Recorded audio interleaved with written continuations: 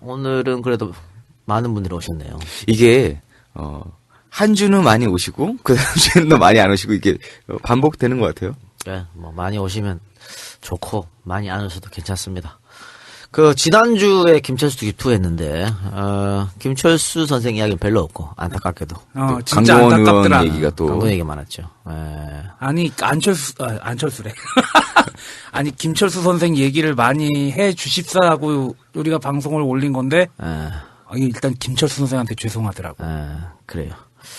그건 그렇고 우리가 지난번에 그 고성군수 백두현 후보를 한번 모셨지 않습니까? 네, 인터뷰 그래서 좀 많이 좀 도와주십사고. 근데 사실 원래 오늘 백두현 후보가 한번 또 나오기로 했었어요. 그래요? 네, 또 나오기로 했는데 갑자기 취소됐어. 갑자기 무슨 그 토론이 잡혀 있대. 토론이 잡혀가지고 취소됐는데 그래서 오늘 원래 2개를 올리려고 했습니다만 안타깝게 취소된 거 어쩔 수 없고. 근데 지금 뭐 부재자 투표 벌써 시작됐다고요? 예. 10월 28일에 재보궐선거가 있는데 거기에 고성군수로 백두현 후보가 출마를 합니다. 투표 시간 6시부터 8시까지고요. 뭐 누구 밀어달라는 얘기하면 뭐 선거법에 걸리니까 괜찮아. 예, 백두현 후보 많이 사랑해 주시기 바랍니다. 예. 김경수의 친구 백두현 후보. 김무성 대표도 내려갔더만. 예. 내려가서 뭐 자당 후보 뽑아달라고. 그래요. 요즘 바빠 그 양반. 그러게. 하여튼 뭐 여러분들도 혹시 고성에 지인들이 사시면 전화 좀 많이 돌려서 그 섬 같은 동네에서 야당 후보가 한번 당선되는 거 한번 봐야 되지 않겠습니까? 결국에는 어쨌든 보궐이기 때문에 투표율이 문제겠네요. 예, 근데 뭐 많은 분들이 백두현 후보 당선을 위해서 움직이고 있고 또 이번에 어떻게 보면 기회예요. 그러니까 그동안 야권 후보들이 단결을 못했는데 이번에 백두현이라는 사람으로 단결을 했고 여권은 어쨌든 기호 1번 말고 무소속 많이 분리됐으니까 무소속 사람들이 다 새누리당 성향 아니야. 그러니까 표를 좀 분산하면 괜찮지 않을까 이런 생각이 듭니다. 그렇죠. 이번 기회를 이제 발판 삼아서 조금씩 또 힘을 좀 키워가야죠. 예. 표 분산 얘기가 나왔으니 갑자기 생각나는데 그 안철수 의원 지역구 갑자기 또 안철수 얘기가 아니 여론조사를 리얼미터에서 돌렸지 않습니까? 돌렸는데. 야 이제 밝혀. 이제는 말할 수 있다. 지난주에 우리가 그 얘기를 했다가 삭제했지. 근데 뭐 아니 나 그 기사로 안 날 줄 알고 근데 기사가 났더라고 났는데 어쨌든 대항마로 안철수의 대항마로 새누리당에서 이제 이준석 위원을 대항마가 아니고 이제 언론사에 자기들이 알아서 한 거죠. 가상대결을 붙였는데 그 왜 그걸로 가상대결 붙였나 했더니 그 이준석이 한 10년 살았대 그 동네에서. 아 그래요? 네, 그래서 아마 그런 걸 예, 고등학교 때까지 거기 나왔고요. 그 다음에 하버드 간 걸로 방송에서도 얘기하더라고요. 그래요? 그래서 한 것 같은데 결론적으로 얘기하면 2% 차이 났습니다. 큰일. 안철수는 2% 이겼어요. 깝깝하네요. 문재인 손수조 대결하고는 조금 다르긴 하겠지만 그래도 이준석인데. 선수자하고는 비교할 수 없지만. 근데 이건 이제 이런 게 있죠. 우리 방송도 여러 번 언급했습니다만 안철수 의원이 한테 기회가 온다니까 한 번은 기회가 오는데 그걸 지금 조바심 내느라고 지금 계속해서 지금 어떻게 보면은 딴지를 거는 거잖아요. 이번에도 계속 국정교과서에 매진해야 되는데 계속 혁신 얘기하고 있잖아. 뭘 새롭게 만들고 새로 만들면 당신이 하라도 그건 또 안 하겠다 그러고 계속 이러면서 조금 문재인의 발목을 잡는 것처럼 보이잖아요. 문재인 지지자 입장에서는. 그러면 안철수한테 기회가 가더라도 문재인을 지지했던 사람들이 안철수한테 마음을 안 줘요. 그러면 설마 그 표가? 그러니까 문재인 대표가 예를 들어 총선에 져서 뭐 아웃된다거나 이러면 안철수는 기회가 갈 거 아니야. 근데 그 문재인을 지지했던 사람들이 오히려 미워한다니까 안철수를. 그런 생각을 하시면 이렇게 하면 안 된다. 그러니까 자기의 어떤 미래를 봤을 때는 그러니까 지금 자기 지역구인데도 여론조사 그렇게 나왔다는 것은 저는 야권 지지자들도 선택을 달랬을 수도 있다고 봐요. 근데 뭐 물론 선거를 당장 내일 하면 당연히 안철수 의원이 이기겠죠. 선거를 하면 이준석은 못 이겨. 안철수 이기겠지. 이게 뭘 뜻하냐면 만약에 노회찬 의원이 여기 나오면 3파전이잖아. 그럼 이준석이 이기게 돼 있어요. 표가 반만씩 갈라가는데 그거 당연한 거 아니겠어? 그리고 이준석이 썰전에서도 자꾸 언급을 해요. 자기 그 동네에서 그 자랐다. 아니 본인은 나가 이번에 그 당에서 어디로 나가라 할지 모르겠지만 나가라는 데로 나가기 때문에 공천은 받을까 근데? 공천 받지 뭐. 저기 그네 누나한테 좀 찍힌 거 아니었어? 찍힌 면 없지 않아 있는데 그래도 뭐 공천 받는 건 없지는 않을 거예요. 아니 본인이 그러더만 그 방송에서도 저도 약간 지금 밖에 있어요 그러던데. 그래서 뭐 그렇게 되면 사실 노회찬 의원 같으면 뭐 어떻게? 원래 자기가 지역구였는데 다른 데 가? 그건 안 되지. 명분도 없잖아. 그렇다고 뭐 비례대표로 나가? 그거 웃긴 거거든. 근데 반면에 안철수 현 의원은 딴 데로 나갈 때가 있긴 하네. 근데 뭐 어디로 가? 안 나간다 그랬는데. 그러니까 안 나간다고 했지만. 아이 못 가요. 벌써 천명을 했기 때문에. 그래 이 상태에서 만약에 3파전 벌어지면 참 볼만하겠다. 볼만하겠죠. 그러면은 이준석은 기고만장할 수가 있죠. 대권 후보를 잡았는데 그렇지 않아요? 거기에다가 이제 안철수 의원은 만약에 지면은 진짜 역사의 죄인이 되는 거죠. 이게 자기 그 높은 지지율을 왜 다 까먹었을까? 어쨌든 이거는 본인의 잘못이에요. 우리가 누굴 늘 탓해? 정치를 얘기할 때요. 안철수 개인을 가지고 얘기한 게 아닙니다. 그 안철수라는 타이틀을 가지고 있는 그 팀, 그 정치적인 철학에 동의하고 시스템을 구성하는 팀을 얘기하는 건데 사실 저는 보좌관들의 잘못이 더 크다고 봐요. 보다는 잘못이 크죠. 그러니까 예를 들면 저는 그래요. 만약 문재인 의원이 이번에 총선에 져서 이제 뭐 정계를 한다든가 물러나면 책임을 지고 그러면 안철수 지지할 의향도 있어요. 그런데 살짝 또 한 발 넣는데 여기서 아니, 갑자기. 지지할 수도 있는데 지금 새정치민주연합이 안철수만 대권 후보냐? 아니잖아. 박원순도 있고 뭐 안희정도 있고 이재명도 있고 있어. 그러면 이 문재인을 지지했던 사람들이 어디로 갈 거냐고 생각해봐요. 어디로 갈 거야? 다른 데 다 가도 안철수한테는 안 가. 그런 걸 생각해야 되지. 참모들이 바보처럼 지금 대립각으로 해서 에너지를 소비하는 것보다는 지금 대립각에서 자기 존재 가시하려고 이런 거잖아. 그거 잘못된 판단이라니까. 미래를 생각해야 되지. 이렇게 보좌관들이 좀 잘했으면 좋겠어요. 저희가 문재인 의원을 그 약간 뭐 비난, 비판, 뭐 여러 가지 충원 아니면 뭐 고언 할 때도 문재인 개인하게 하는 게 아닙니다. 그 문재인과 함께하는 사람들 그 시스템에 대해서 욕을 하는 거죠. 하나하나 다 어쨌든지 소중한 자원이고 우리가 이 방송을 하는 목표 중에 하나가 그거잖아. 수구 세력들. 그러니까. 추북 수구 세력들을 전부 몰아내는 게 우리 목표이기 때문에 반새누리 하자는데 뭘 그렇게 어렵나. 반새누리 하자는데. 이러다가 김무성 이거 대통령 되는 꼴은 못 보겠다. 응? 되겠냐 근데. 야, 요즘 힘들어 보여. 아 근데 이준석 씨 뭐 요번에 트위터인가 어디에 또 하나 삽질했던데 교과서 관련해서. 아 그래 맞아 삽질했어요. 예. 나는 그렇게 된 거 갖고 배워서 난 문제 없었다. 그게 왜 그러냐면 본인도 이게 말이 안 된다는 걸 알아. 근데 여기서 자기가 삐끗할 수 있냐? 공천걸 돌려있고 나가려는데. 지금 말이죠. 이준석뿐만이 아니고 그 새누리당 특히 수도권 국회의원들 요즘 돌아버린다니까. 속에서 막 불불 끓어올라. 왜 이러냐고. 그렇지. 슬슬 언급을 하더라도 근데 말은 못해. 아니 수도권에 40, 50대가 많은데 그들이 국정교과서를 반대하고 있다. 요 정도 얘기를 하고 있더라고. 그러고 이제 익명으로 하지 기자들한테. 야, 내가 했다고 하지 마. 그러면서 이 TK, PK는 뭔 걱정이야. 근데 충청권, 수도권 이 표심이 이 하나에 움직이는 사람들 돌아버려요 지금. 이 문제 이게 계속 역풍불. 박근혜 지금 무조건 하겠다는 거잖아 이거. 네. 이제 앞뒤도 없어 보니까. 예비비 돈받 44억이었나요? 그러니까 이거 쥐들이 뭐 시뮬레이션 짰겠지.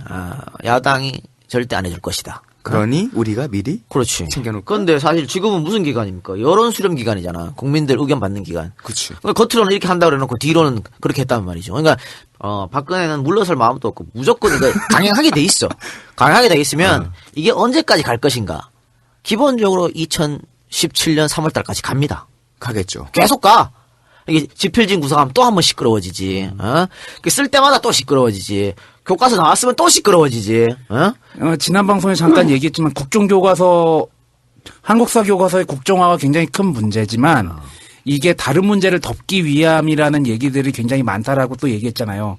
그 얘기는 즉 뭐냐면은 앞으로 지필진 구성이라든지 이를 추진할 때 뭔가 덮으려면 계속 이제 또 한국사 교과서 국정화를 얘기를 할 거란 말이지. 그럼 이게 이슈메이커로 그렇죠. 작용할 우리한테 수 있다는 뭐 얘기죠? 손해볼 건 없지만 전혀 없어요. 손해볼 건 없지만 난 안타까운 거는 요번에 국감에서도 굉장히 많은 문제들이 나왔는데 그 문제도 한국사 교과서 국정화 때문에 좀 덮여버린 측면도 있다는 점은 좀 아쉽긴 해요. 뭐 그걸 뭐 그렇고 저는 그래서 제가 이거 역풍 불 것이라고 그랬잖아요.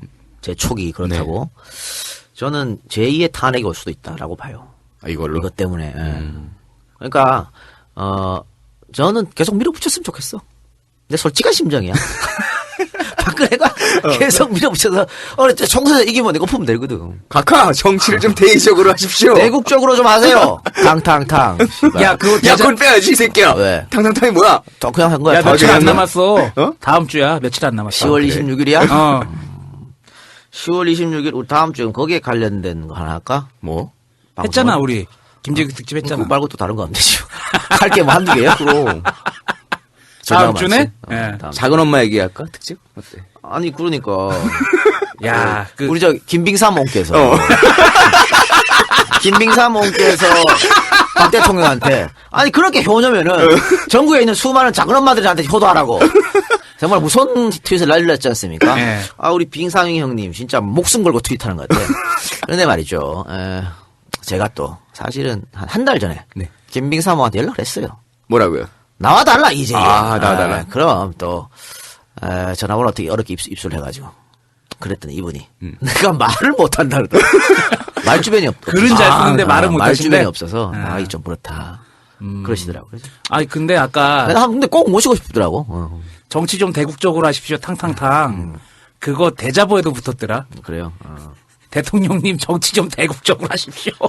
대자보 얘기하니까 이번 국정교과서 관련된 내용으로 해서 대학생들이 참 창의적인 형태로 그 대자보나 이런 것들을 표현을 좀 많이 했어요. 그러니까 이 학생들이 움직이기 때문에요. 이건 여론은 뒤집기 어려워요. 중학생, 고등학생들 나와서 가두 시위하고 그럼요. 촛불 시위하고 거기에 웬 점퍼 입은 꼰대는 또 날라차기 하고.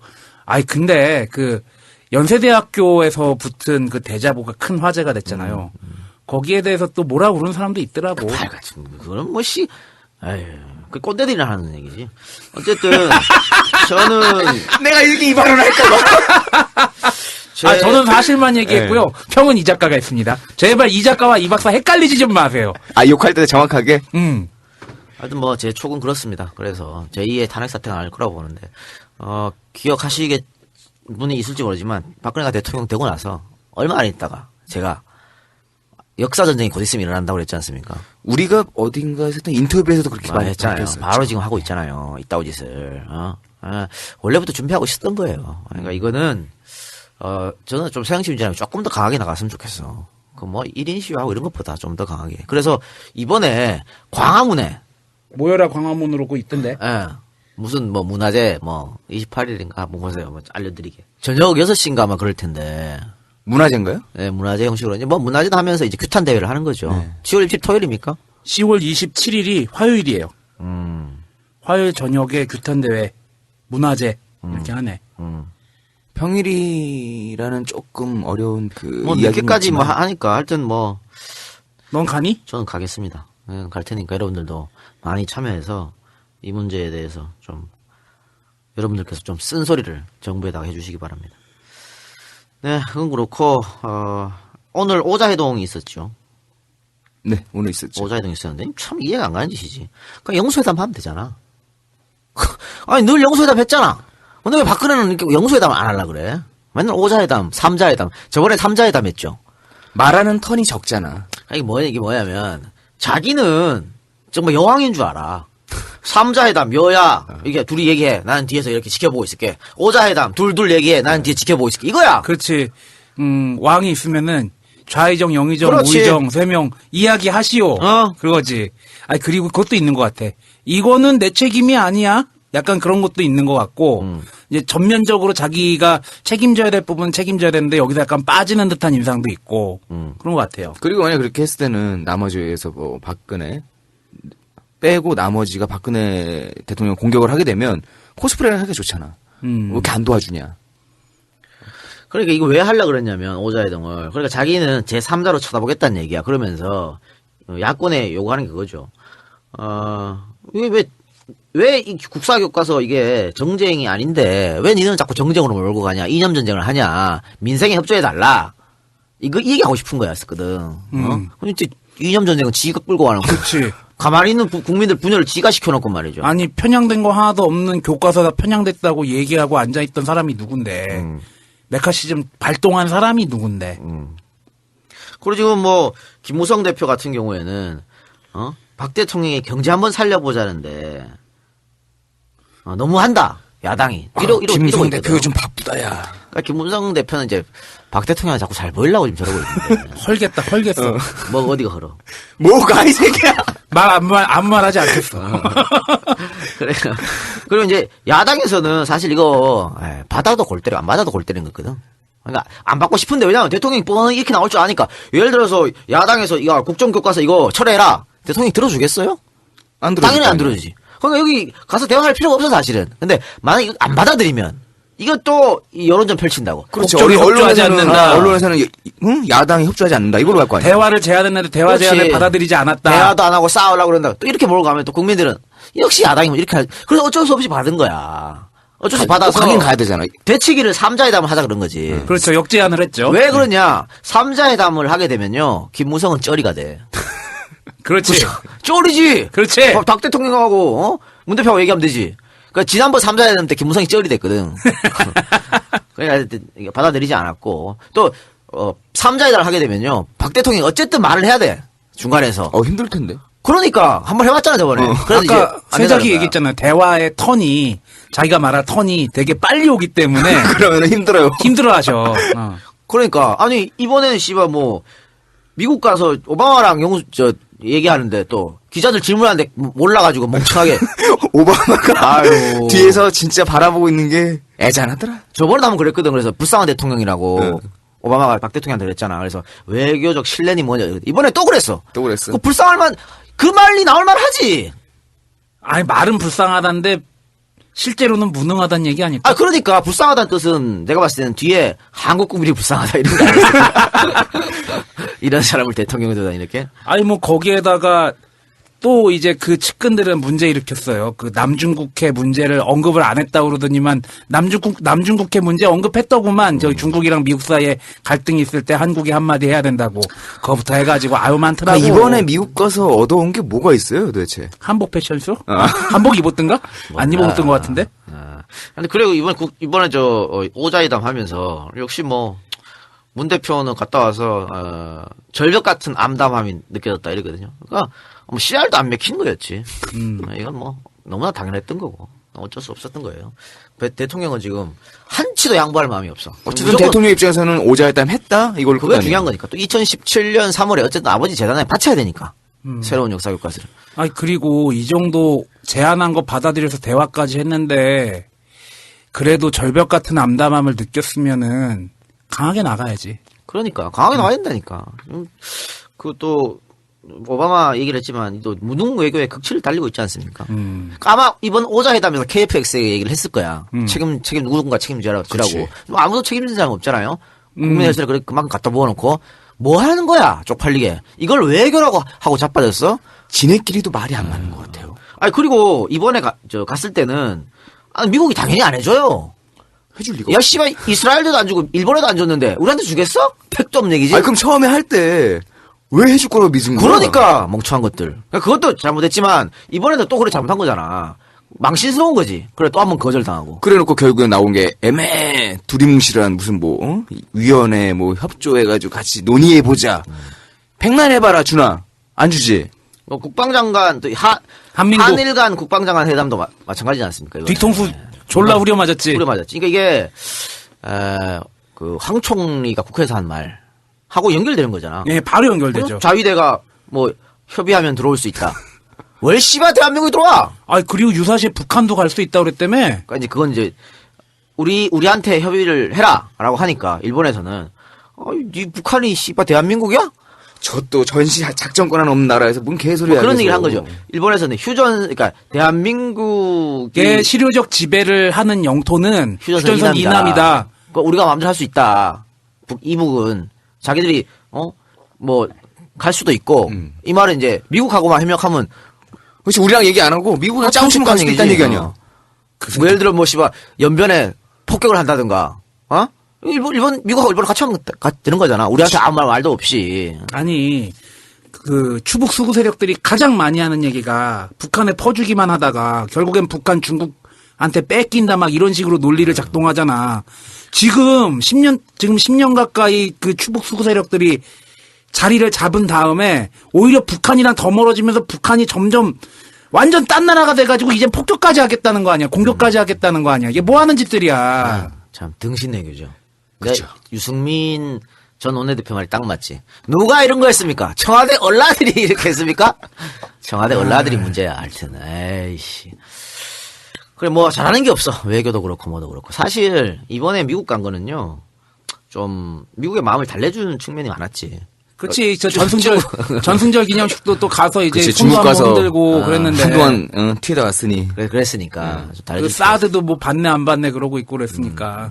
그러니까, 참 이게 골 때리는 게 지금, 박근혜는 자기 후임으로 반기문을 밀라고 지금 슬슬 군부를 떼고 있잖아. 근데 반기문이 또 거기에 호응해가지고 무슨 새마을 운동 얘기하고 뭐 하고 있잖아요. 하고 있는데, 뭐, 박근혜 대통령 같으면 김무성을 못 믿으니까.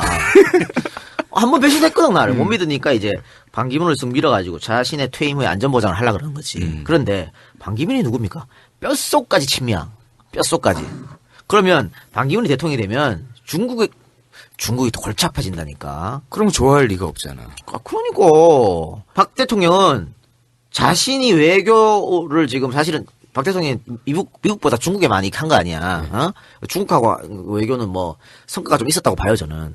그런데 그걸 기조로 삼아놓고는 자신의 후임은 뼛속까지 친민 반기문을 세우려고 한다?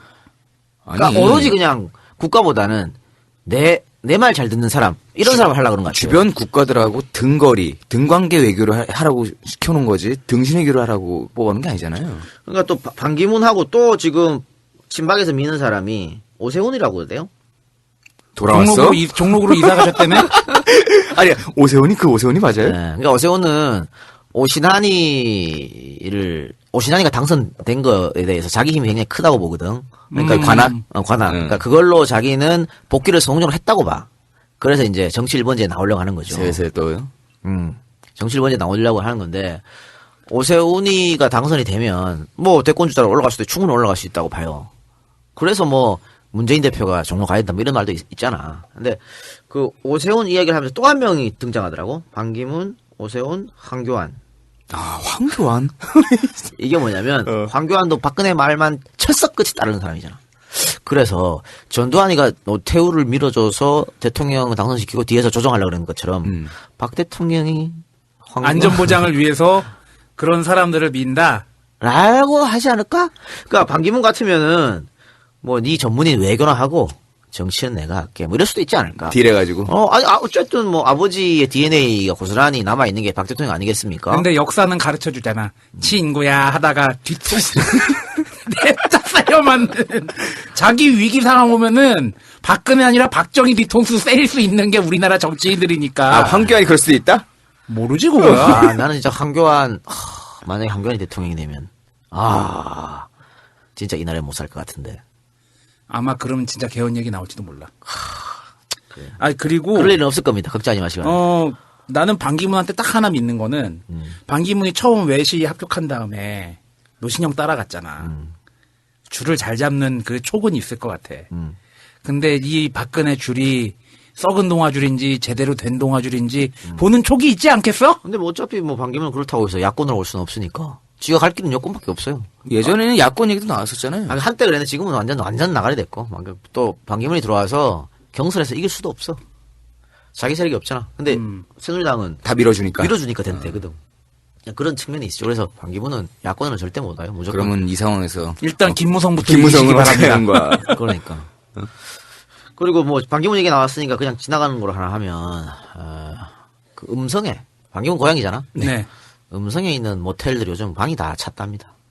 매일 찬답니다. 방이 꽉꽉. 기자들이 가 계시나? 아니요. 그럼. 그 반기문 유엔 사무총장이 태어난 음성에서 관계를 가지면 그 정기를 받아. 진짜로 그런데. 자, 많은 신혼부부 여러분들, 이 작가 고향인 안동으로 가시기 바랍니다. 안동에 모텔 불 한번 나게 해주십시오. 안 가러 오세요. 제가 녹음실을 빌려드리겠습니다. 여기서 하시기 바랍니다. 여기 카메라 있어. 카메라 꺼드리겠습니다. 이 개드립들이 이제 앞뒤가 없구나 이제. 그러니까 사람들이 착각하고 있어. 반기문 총장이 얼마나 세계 각국에서 무능력하다고 욕을 얻어먹고 있는데. 하여튼 반기문이 나오면은 정치권 안에 들어오면은 속속들이 까발려질 것이다. 그것은. 야 무슨 제주도 가서 저기 아들 낳게 해달라고 도라로만 만지는 거 뭐가 달라? 안타까운 현실입니다. 그 얘기는 거기까지 하고. 딱, 지나가는 걸 한번 해볼까요? 그, 새누리당에서 저출산 대책. 그러면서 갖고 오기를. 대단한 대책을 네. 내주셨습니다. 학제 개편. 이걸 줄이자고. 그러니까 애들을 좀 더 빨리 졸업을 시켜서 그렇지. 빨리 취직을 시키면 애들이 떡을 빨리 쳐서 애를 빨리 낳을 거라는 그렇지. 이게 무슨 삼계탕 그 저기 뭐냐 병아리 키우는 소리요. 지금 뭐, 만 7세, 6세 학교 입학하잖아요. 이걸 만 5세로 줄이겠다. 그리고 6학년까지인데 5학년으로 줄이겠다. 에? 또 중학교, 고등학교도 1년씩 줄이겠다. 대학교도 1년, 2년 줄이겠다. 그러면 지금 뭐 만 18세, 19세 대학 들어가지 않습니까? 네. 요걸 만 15세까지 줄이겠다. 그게 들어가서 졸업 빨리 하고 졸업 빨리 하고. 취업 어디든지 취업해서 그 취업 빨리 하면 결혼도 빨리 하고 애도 빨리 놀 거 아니야? 근데 이런 정말 단세포적인 무지하게 창의적이다. 자기. 어머, 이럴 수. 노벨상 주라. 야, 그러면 말이죠. 만 15세면 우리 나이로 16, 17이잖아. 고등학교 졸업하고 그럼 취업하는 애들은 어떻게 해야 되나?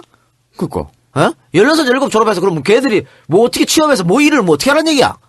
이건 고졸자들은 인간 취급도 안 한다는 건가? 아니 그리고 그렇게 해서 이제 대학을 가고 좋아 다 좋아. 왜냐면 캐나다 같은 경우가 5살 입학이라고 하더라고요. 물론 다 지네가 핑계를 댈 수도 있겠지. 근데 본질적인 문제에서 완전 벗어난 얘기 아니에요. 이거. 바보 같은 소리를 하고 자빠진 거지. 아니 지금 뭐 3포 세대, 5포 세대, N포 세대 계속 얘기 나오고 무슨 뭐 미팅인가 뭔가 뭐 하겠다 뭐 그런 얘기도 한번 있었던 것 같아요. 뭐 3포 세대, 5포 세대. 맞다 그 얘기도 있어. 나라에서 짝짓기 해준다며.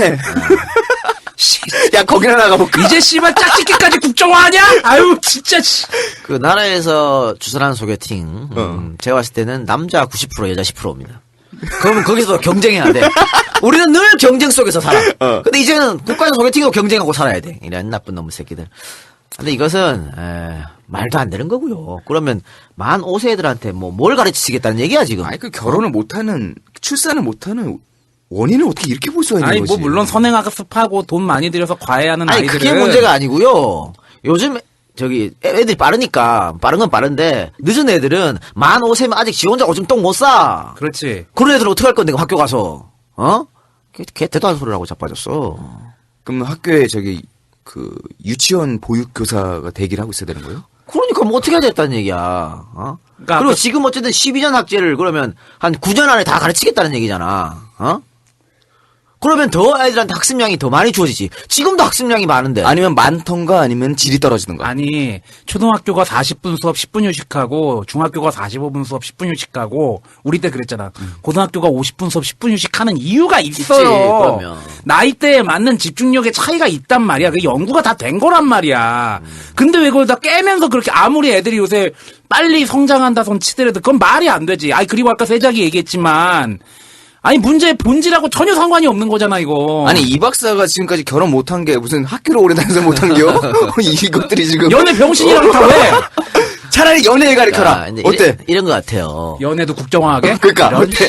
위에서 저출산 이거 해소할 방법을 내봐. 뭐가 있겠어? 근데 지들끼리 대가리 짜가지고 열대쯤 내라니까. 내긴 내야 씨발, 될 거야. 내보자. 야 지들도 내면서 저는 쪽팔렸을 것 같아. 그러니까 아유. 대기업들 유보금 풀고 그리고 여태까지 4대강 같은 데 들였던 돈 그걸 못하니까 그런 거 풀어가지고 아니야. 그러니까 그걸 못하니까 그나마 짠 게 이거야. 그렇지. 그러니까 관료들의 생각이 있다고 해요. 아이. 학교를 아니. 다니면서 그 학자금 대출 받은 애들이 그 돈을 갚고 사회인으로서 구실을 할 수 있는 나이 그리고 그런 시스템 여기부터 고민을 해줘야 될 거 아니야. 아니 아까 이 작가가 말을 막아서 약간 곡해됐을 거란 생각도 드는데 그 사교육 해가지고 열심히 선행학습한 애들은 빠르게 배우겠지. 근데 걔네들이 어떤 애들이야? 다 돈 많은 집 애들 아니야. 다 지네 중심으로 생각하는 거라니까. 그게. 그럼 또 그 짧아진 학제 내에서 또 경쟁에서 또 누락된 애들이 발생하겠네요. 그럼 그런 경쟁에서는 또 있는 집 자식들 기득권 그치. 있는 사람들이 승리하는 거지. 그러니까 자기네 아이들이 다 그렇게 하니까 자기네 손자들이 다 그렇게 하니까 남들도 다 그렇게 할 수 있을 거라고 생각한 게 아닌가. 그러면 난 그런 애들은 생각이 들어요. 나중에 나와서 사회라는 컨베이어 벨트 위에 올라갔을 때 질이 떨어진 애들은 쇽쇽쇽 해가지고 버려지겠네? 그 노예로 살아남은 겁니다. 노예로. 다시 이제 예전에 니네 아버지들이 그랬듯이 공장에서 새마을운동 하면서 열심히 그래. 노동착취 당하고 뭐 기술 없는 것들은 그냥 노가다 뛰라 그러고 그렇지. 그리고 못 배운 것들은 사람 치고 많아 그러겠다는 그런 발상에서 나온 게 그러니까 아닌가. 일찍 사회 나와서 존나 땀 흘릴 일만 해. 투표하지 마. 투표를 하지 마. 왜? 투표할 정신이 없지. 정치가 시간 좋아. 그런 거예요. 그래 뭐 이것은 뭐 저는 해프닝을 끝날 것 같고요. 말이 안 된다고 뭐 이거 갖고 논쟁하는 것 자체가 말이 안 돼. 야, 근데 어떻게 그렇게 생각들이 없냐? 아니 절대 아까 이 작가 얘기했잖아. 절대 하기 싫은 거를 건드려야지 이게 취업이나 그런 청년들 문제가 해결이 되는 걸 지네들 다 아는 거겠지. 자 지나가는 거 하나만 더 해보고 시사 마칩시다. 서울시에서 말입니다. 자판기에서 탄산음료를 뺀답니다. 안 판답니다. 시민들의 건강을 생각해서 어떻게 생각하십니까? 지금 이 순간 코카콜라 라이트 이제 없어지는 거야? 아 이미 없구나. 그래서 그 서울시 공공기관 자판기 탄산음료 다 빼고 또 지하철 내 탄산음료도 다 빼겠다. 왜? 국민의 시민의 서울 시민의 건강을 생각해서 그 탄산음료를 많이 마시면 영양 섭취가 불균형해지고 비만이 오고 골다공증이 오고 충치가 오고 지방간이 오고 그렇기 때문에 이걸 예방하게. 야, 내가 원래 탄산음료 잘 안 먹는데 오늘 딱 당 떨어지는 날 지금 탄산음료 하나 네, 까고 아, 있는데 진짜. 딱 요 얘기를 하냐 이 새끼야? 아니 근데 그러니까 또 여기서 이게 곡해될 수도 있겠지만요.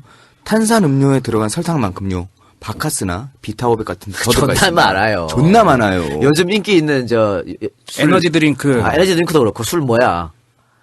뭐 달달한 수나리? 거? 수나리 이런 거. 그 설탕 존나 들어가요. 아니 그리고 백주부. 백주부 음식 설탕 엄청 들어가는데 백주부가 하는 식당 다시 금지시켜라. 근데 이게 아마 전 그거 보고 따라한 것 같아요. 미국에 있는 학교들이 아마 콜라를, 그러니까 탄산을 금지시켰어요. 근데 아니 그건 학교는 인정해. 아니야, 걔들은 그리고 걔네 식생활 자체가 너무 헤비하니까 거기서 좀 이렇게 관리하는 차원에서 아니, 뺐단 그래. 말이지. 애들을 위해서 어. 학교인 내에 있는 자판기는 그렇게 한다 치자. 어. 초중고 좋아 그까지는. 근데 대학교라든가 지하철이라든가 왜 성인들한테 씨와 음료수를 먹어라 먹지 말아야. 그거는 성인들이 선택하는 거지. 그치? 그러니까 결국에는 서울시가 할 수 있는 범위 내에서는 못하게 하겠다는 얘기밖에 안 되네. 아 그럼 뭐 하는 짓이야 그럼 그게. 그러니까 이런 것도 탁상 행정이라고 보는 거예요. 이것도 보여지기. 아 저는 탄산 안 마셔요. 네. 탄산 안 마시는데 이거는 내가 안 마신 거랑 그 상관없는 거 아니야. 왜 이렇게 개인의 자유를 간섭하나? 난 존나 좋아하는데. 이게 지금 먹어야 뭐 되는데. 공산당도 아니고. 이나는 이건 말이 안 된다는 정책이라 봐. 원순이 형 이건 아니야. 이거 사실 뉴욕에서도 했었거든요. 했는지 하려 그랬다가 뭐 비판에 부딪혔는지 문제 기억이 잘 안 나는데 하여튼 그때도 미국에서도 개 같은 소리 하지 말고 이랬다고. 이 상식적으로 말이 되냐고 이게. 그러면 금지시켜야 될 음식들이 너무 많잖아. 많지. 야 패스트푸드도 다 금지시켜라. 내가 좋아하는 떡볶이도 사실은 그거 하면 안 되지. 하면 안 돼. 야, 당장에 잠실 야구장에 있는 버거킹이랑 그 뭐야 KFC에 거기도 다 빠져야 될 거 아니야. 그것도 서울시가 관리할 텐데. 그치. 그런 식으로 놀리면은 다 빼야 돼 진짜. 그건 뭐 식당에서 파는 김치찌개 이런 것도 안 된다고 봐. 소금 존나 들어가거든. 나트륨 과다잖아. 그래. 집밥만 해 먹어라. 서울 시내에 있는 김천 다 없어지는 거 아니야? 김밥 천국. 김밥 천국에 사시는 거기서 음식을 안 만들잖아. 공장 떼기 가서 포장 뜯어서 그냥 끓여주는 거잖아. 그거 엄청 건강에 안 좋거든. 그거 다 금지시키지 그러면? 이 자리를 위해서 김밥 천국 관계자들에게 사과의 말씀드립니다. 예. 다 자영업 하시는 다 그런 어려운 분들일 텐데, 아이, 미안하잖아. 그리고 이것도 그런 거지. 없어라든가 자판기 운영하는 사람들. 그분들은 또 어떻게 해? 그러니까. 매출 떨어질 거 아니야. 그렇지. 그리고 회사들은 탄산음료 만드는 회사는 또 어떻게 해? 그럼 코카콜라에서 이걸 가만히 보고 있을까? 모르지 뭐 서울시 한다면. 야, 롯데에선 가만히 있을까? 안 그래도 지금 회사 골치 아파 죽을 야, 지경 롯데는 지금 이런 거 신경 쓸 여유가 없어요.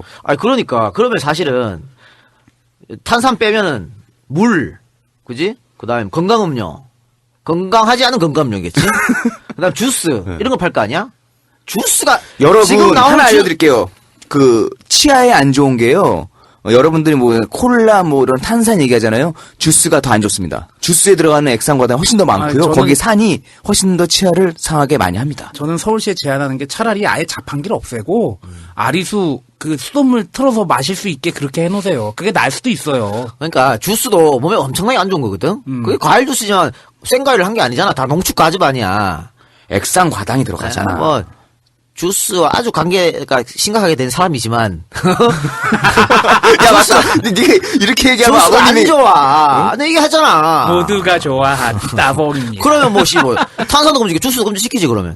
이거는 말도 안 되는 법안이고 빨리 이거는 철회해야 된다고 봐요. 그러니까 학교는 난 찬성. 성장기 아이들에게 해로울 수 있으니까. 학교 내에 있는 자판기, 매점. 뭐. 그런데 성인들한테 왜 이런 이해를 못 하는 거예요, 저는. 이해를 못 하겠습니다. 그래요. 뭐, 어순이나 잘못한 건 비판해야지, 뭐. 너 그렇게 원순이나 한번 깔라고 그렇게 찾아낸 게 그거냐? 아니요, 이번에 이게 나와가지고 또 찬반 논란이 있더라고. 근데 이건 찬반? 글쎄. 논란이 되는 것도 좀 사실 웃긴 거예요. 이건 전 그렇게 봐요. 알겠습니다. 그러면. 예, 그리고 예. 또 한 가지 공지사항이 있는 게, 예. 우리 EJ 생활역사협동조합에서, 방송을 하나 또 런칭을 했어요. 네. 개냥아치. 네. 이게 뭐냐면은, 문희정 씨하고, 한민경이라는 분하고 두 분이, 반려동물 상담, 그리고 그 외 인생 상담, 결국엔 아무거나 다 상담해주는 그런 상담 프로그램이래요. 예. 이 방송은 꽤 수요가 있겠는데요. 요즘 워낙 뭐 반려견, 그 다음에 뭐 고양이도 같이 키우는 사람도 많고, 이렇게 좀 혼자 사는 사람들이 많다 보니까 또, 그러면 이런 걸로 해서 듣는 사람도 많을 그래요? 거 아니에요. 제가 그 방송 한다 그랬을 때. 네. 하지 마라 그랬어요. 왜요? 절대 성공 못 한다. 내 촉이다. 근데, 성공할 수 있다! 너무 자신감이 차 있어서. 그럼 해봐요. 그래서. 주변에 요즘 그 반려동물 많이 키우지 않나요? 그렇죠. 많이 키우죠. 아니, 네. 그 동물 관련된 상담을 주로 하겠지만 뭐 그 아니, 외에도 근데, 예. 저 같이 하는 그분, 저도 잘하는데, 상담 잘해줘요. 예. 쏙쏙들이. 타로 마스터예요. 네네. 그리고 유명 연예인들이 찾아와서 타로 카드를 점을 네네. 본다는 그런 분입니다. 예, 그러니까 그런 상담도 받으시고 이 그리고 방송 재밌겠다. 서울대 수의대 교수분들이 게스트로 참가를 하고 있답니다. 예. 나도 사연 보내봐야겠다. 예, 그리고 참고로 두 분이 자칭 되게 섹시한 여자들이라고 주장하는데, 네. 하여튼 그렇고요. 네. 제목이 뭐라고요? 개냥아치. 네, 개냥아치 많이 검색해서 들어주시기 아, 바랍니다. 특히 광고주 여러분들 광고에 좀 적극적으로 관심을 가져주시고 EJ 협동조합에 연락하셔서 개냥아치의 광고를 하겠습니다라고 꼭 밝혀주셔야 된답니다. 알겠습니다. 아, 자, 그리고, 네. 개편 얘기 나온 김에. 우리 이 박사님 하시는 방송도 개편, 뭐 이름 좀 바뀌었죠? 개블릭, 쇼 개블릭. 사람들이 모르는 분들은 아직까지도 투데지만 검색을 하고 있을 거예요. 아, 그렇죠. 예. 쇼 개블릭으로 바뀌어서, 저하고, 우희종 교수님하고, 그, 김근수 가톨릭 프레스 편집장님하고, 김용민 돼지하고 4명이 화려한, 선수들이 화려한데? 쇼를 제가 담당하고, 불을 우희종 교수님이 담당하고, 릭을 김근수 편집장님이 하시고, 개 담당 김용민 돼지. 이렇게 됩니다. 개신교, 불교, 가톨릭, 예. 개블릭쇼 많이 사랑해 주시기 바랍니다. 우리 이 박사님이, MC를 보고 있습니다. 네. 힘들어 죽겠어요? 예, 그러면 시간 여기까지 하고 잠깐 쉬었다가 본격적 방송 들어가도록 하겠습니다. 자, 오늘은 금융실명제 특집입니다. 이거 왜 하는겨? 왜 하냐면 우리 방송이 그동안 계속해서 어두웠지 않습니까? 네. 어두울 때는 YS형을 등장시켜. 둘 중에 하나의 사자 아니면은, YS. 사자 아니면 YS형이 나와야 재밌어져. 방송. 야, 사자 얘기 나온 김에, 야, 조이팔 조이팔. 얘기 계속 나오더라. 그러니까 조이팔. 우리가 또 조이팔 저번 주에 한 거. 제가 이게 우리 저 계정에 들어가서 보니까 조이팔 특집 다운이 다시 늘었어. 또 늘었어? 제가 저번 방송에 조이팔 들으시라고 그랬잖아. 네. 근데 조이팔 특집 보면 싹 정리가 된다고. 모든 게. 지금 그치. 왜 이렇게 시끄러운지 다 정리가 된다 그랬는데 어쨌든 지난주에 제가 그 조이팔을 슬쩍 언급하면서 사채로라도 가지고 와라! 라고 했다 했지 않습니까? 사체가 하나 발견됐습니다. 조이팔 조카가 사채로 발견됐어요. 요데 중요한 게 뭐냐면요. 조이팔 조카가 어떻게 사채를 발견했냐면 자기 사무실에서 테이블에 앉아서, 앉아 엎드려서 엎드려서. 발견됐어요. 제초제를 누워 있는 게 먹고, 아니고 네. 제초제가 아니고 우울증약. 제초제로 나오지 않았어요? 아니야. 우울증약을 많이 복용하고 네. 이렇게 엎드려서 사망했는데 일단은 좀 기이한 형태죠. 자살했는 사람이 엎드린 엎드려 채로. 그러니까 누워서 엎드린 게 아니고 의자에 앉아서 책상에 엎드린 채로 사망했으니까 조금 이상하다. 그리고 이 사람이 우울증 진단을 병원에 가서 처방받고 약을 언제 처방받았냐면 죽기 한 일주일 전? 열흘 전? 그때 받은 거야. 얼마 안 됐어. 받긴 받았네요. 그렇죠. 얼마 안 됐어. 그리고 이게 지금 뭐 생활고에 그동안 시달렸다 했는데 조이팔이 밀항할 때 이 조카가 같이 밀항합니다. 중국에. 그러면. 같이 밀항하고 야, 쇳가루가 좀 묻었을 거야. 아이 그럼 아파트에서 계속 같이 살았어. 조이팔이랑 계속 같이 살았다니까. 같이 살았기 때문에 쇳가루가 많이 묻을 수밖에 없고요. 없죠.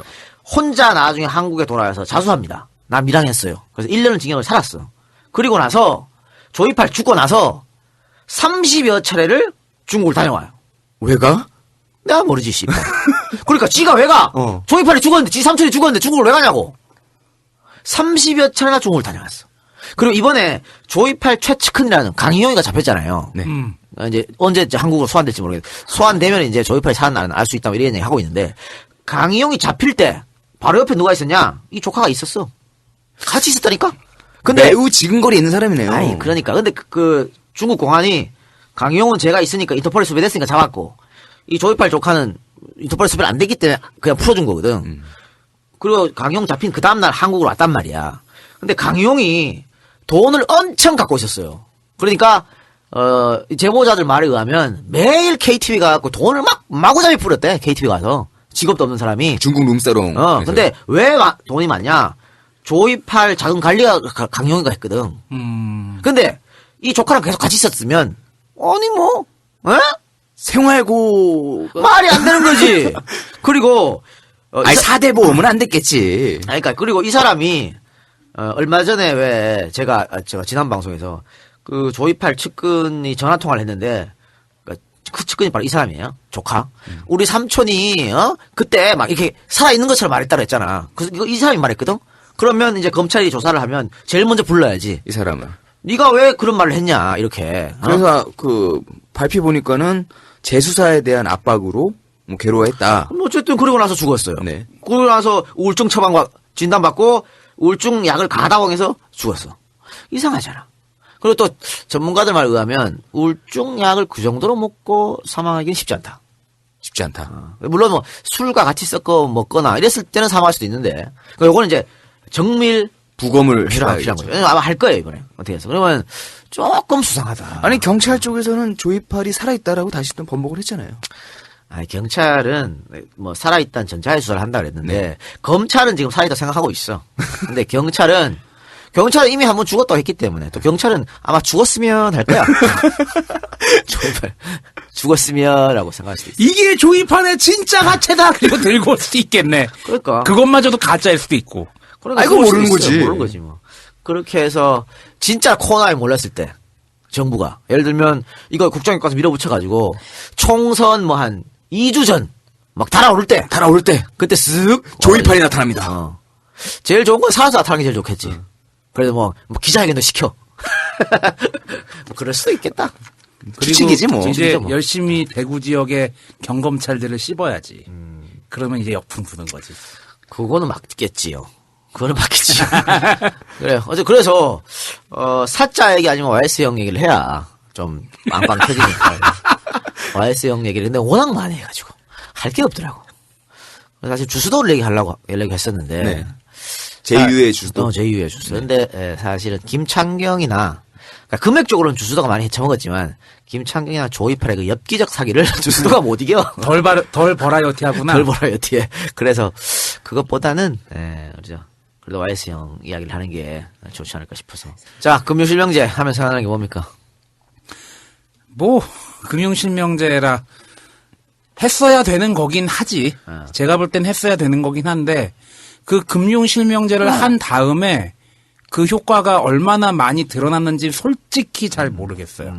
아직까지도 차명계좌 다 가지고 있을 사람은 있죠. 가지고 있고 그리고 오히려 힘든 사람들이 더 피해를 보는 경우도 많은 것 같고.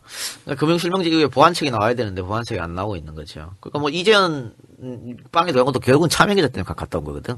그것까지 막을 수 있는 법적인 장치가 금융실명제에 모자랐다. 뭐 그런 뭐 비판할 수 있는 거죠. 세상. 우리 무대뽀 YS의 업적으로 그래도 그나마 분류되는 일 중에 하나다라고 말씀드릴 수 있겠습니다. 그리고 그 업적을 실행하는 방식이 YS 특유의 정말 무대뽀, 무대응 YS 안에서 금융실명제 못했어요. 못했고 무계획성 이렇게 산무로. 야, 근데 지금 대통령과 매우 비슷한데 늘 얘기하지만. 근데 그러면은 김대중 노무현 정부 때는 했지 않을까? 못합니다. 그 반대 세력을 이길 수가 없어. 근데 YS니까 할 수 있는 거야. 반대? 닥치라고 이렇게 해서. 그렇지. YS 얘기하니까 갑자기 그 개그 생각난다. 우리 뭐 YS 편에서도 얘기했잖아. 뭐 YS가 통역도 뭐 엉망이고 막 그랬다고. 근데 얼마 전에 대통령들 통역을 하신 분들의 인터뷰를 봤어요, 기사를. 근데 거기서 YS 인터뷰했던 분이 뭐라 했냐면, YS가 그렇게 외국 사절들이랑 얘기를 하다가, 저희, 거제에서만 잡히는 이름도 모르는 물고기 얘기를 막 한대. 그러면 통역사가 한참 멍 때리고 있다가, 여러 종류의 물고기를 말씀하셨습니다. 그리고 YS가 우리 방송했던 거 있잖아요? 저는 그때 재밌으려고 진짜 한 줄 알았더니, 더한 시라도 많다고 하더라고요. 아, 그래, 많아. PC라고 통역했겠지. 너 아궁이 얘기한 거냐? 아니야, 이건 기사에서 봤어요. 아, 기사에서. 네. 자, 본격적으로 방송 들어가서 1993년 8월 12일. 자, 93년 8월 12일이면요. 대통령 취임하고 6개월 만에 한 거예요. 아직까지 인기 좋을 때네요. 인기가 하늘을 찌를 때죠. 서태지 잡았을 때죠. 그러니까 제일 먼저 들어가서 한 게 일단 복수. 복수는 처절하게. 용팔이 사건. 야, 장세동이 불러와. 조지고. 야, 정주영이 조져, 씨발. 그래도. 일단 제일 처음에 들어가서 복수를 처절하게 한 다음에, 그 다음에 자기의 어떤 평생 소원이었던 하나회, 숙청. 이 누가 대통령이고 이 김영환 옷 벗어!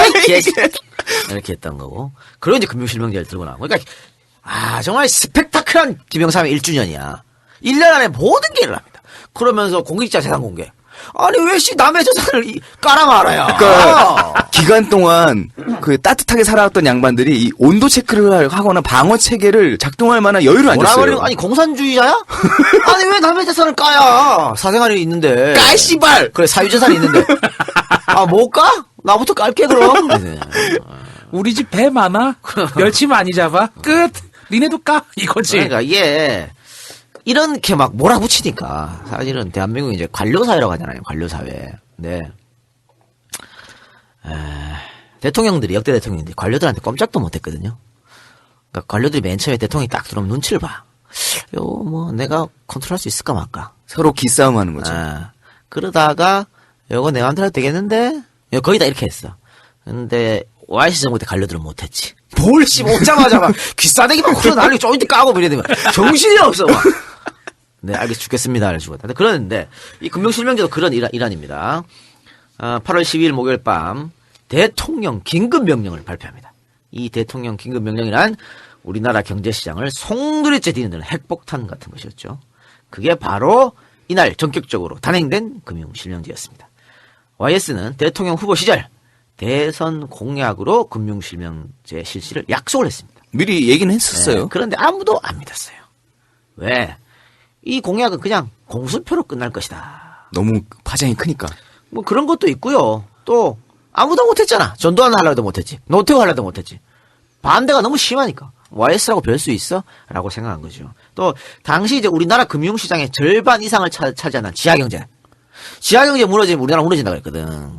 그런 얘기 있었단 말이야. 그러니까 이 지하경제를 무시할 수 없었고 또 주식시장, 금융실명제 하면 주식시장부터 바로 폭탄만 두드려 맞아. 그러니까 외국인이 차지하는 주식시장 이거 참 어떻게 해, 금융실명제 하면. 그래서 그런 것들 가장 중요한 거 대기업이 반대하니까. 자기들 돈을 지금 다 차명 가명으로 관리하고 있는데 금융실명제 하면 다 토해내야 되잖아. 그러니까 이런 게 사실은 롯데그룹이 형제의 난 최초 형제의 난 막내 동생이 큰형한테 대들었던 사건이 금융실명제 때문에 그런 거 아니야? 그러니까 신격호가 아버지한테 돈 쑥 줘가지고 아버지 동생 이름으로 땅 좀 사주세요. 이래서 동생 이름으로 땅 샀는데 이제 금융실명제가 실시되고 이래 되니까 내 거야! 신격호 회장이 그거 다시 제 이름으로 돌리세요. 근데 동생이 형, 제 거예요. 내 거예요? 내 건데 이거는 내 이름으로 돼 있잖아요. 이래서 씨발 야 싸운 거 아니야. 그게 거기가 당산동 거기 아니야. 그래서 제 신격호 회장이 야 나가 너 나가 롯데에서 나가 롯데란 말 쓰지 마. 그걸 푸르밀 된 거 아니에요? 그렇죠. 롯데 우유가 푸르밀 된 거 아니야? 그런 거죠. 그래서 기업들이 그렇게 많이 숨겨놨던 돈이 까발려질 수 있으니까 기업들이 반대했다. 그래서 이 금융실명제는 매 정권마다 뜨거운 감자. 그 이상도 그 이하도 아니었습니다. 아까 제가 전두환도 못했다 그랬는데 한번 예를 들어볼까요? 이철이 장영자 우리도 특집을 했습니다만 네. 이 이철이 장영자 사건 때 금융실명제를 실시해야 된다. 이렇게 정부도 이야기했고 언론에서도 이야기했습니다. 그런데 결국은 못했죠. 그러니까 정부 고위 관료, 지하경제 큰손, 대한민국 부자들이 강력하게 저항해서 못했습니다. 근데 이거를 누가 강력하게 하려고 했냐면 김재익 수석. 참 아까운 인재지. 김재익 수석이 아웅산 때. 네, 좀 오래 살아 있었다면. 그러니까 80년대 우리가 삼자 현상이라고 그래서 전두환 정부 때 최초로 흑자를 기록한 거예요. 네. 뭐 이 박정희가 경제를 잘했네 어쩌고 흑자 한 번도 없었거든. 전두환 때 최초로 했고 물가가 뭐 10% 20% 막 뛰던 거 최초로 전두환이 잡았잖아 물가. 네. 그거 다 김재희가 이제 성장 안 된다. 물가 잡고 나서 뭐 이렇게 했었거든. 또 전두환이 김재희 말 잘 들었고. 그래 김재희 좀 안타까워 그런 거 보면 김재수석이 더 살아있었으면 80년대 더 성장을 하지 않았을까 이런 생각 들어요. 하여튼 이 김재익 수석이 금융실명제를 해야 된다고 강력하게 추천했습니다. 이 전두환의 경제가외 선생이라고 하는데 전두환이 이 김재익을 굉장히 총애해서 그러니까 전두환이 그 뻐꺼 형이 머리가 굉장히 나쁘잖아요. 그런 소문이 있었잖아. 네. 그때 우리가 했지만 저 IQ 재는 기계 삐삐 도른 넣지 마세요. 이러잖아요. 그랬는데 야, 이거 언제 쫓기냐. 도를 치우세요. 뭐 이랬더니. 근데 이제 경제에 대해서는 더 모르지. 더 모르니까 김재익 수석 보고 그때 수석하기 전이죠. 와서 네가 경제를 한번 설명해봐라. 근데 정말 전두환 수준에 맞춰서 고등학교 경제 수준에 맞춰서 쏙쏙 설명해 준 거야. 눈높이 교육. 눈높이 교육이죠. 그러니까 전두환이 쏙 빠져들었어. 그러면서 전두환이 김재익에게 야, 너 그러지 말고 경제 수석으로 와라. 라고 이야기를 했죠. 그러니까 김재익 그때 뭐라고 답했냐면 저의 경제 정책은 인기가 없습니다. 기존의 기득권 세력들도 결코 이런 정책을 환영하지 않을 겁니다. 그리고 당연히 저항도 만만치 않을 겁니다. 하지만 반드시 누군가 해야 할 일이기도 합니다. 어떤 저항이 있더라도 제 말을 믿고 이 정책을 끌고 나가주시겠습니까? 여러 말 할 것도 없어. 경제는 당신이 대통령, 이렇게. 담과 나라는 내가 대통령. 그렇죠. 이렇게 엄청난 힘을 우리 뻐꺼 형이 김재익 수석한테 실어준 겁니다. 근데 김 수석이 사실은 이렇게 오공하고 갈 때요. 수석 맡을 때 자기 아들도 욕했대. 그 살인자 정권에 왜 가냐고. 거기 가시면 안 되죠.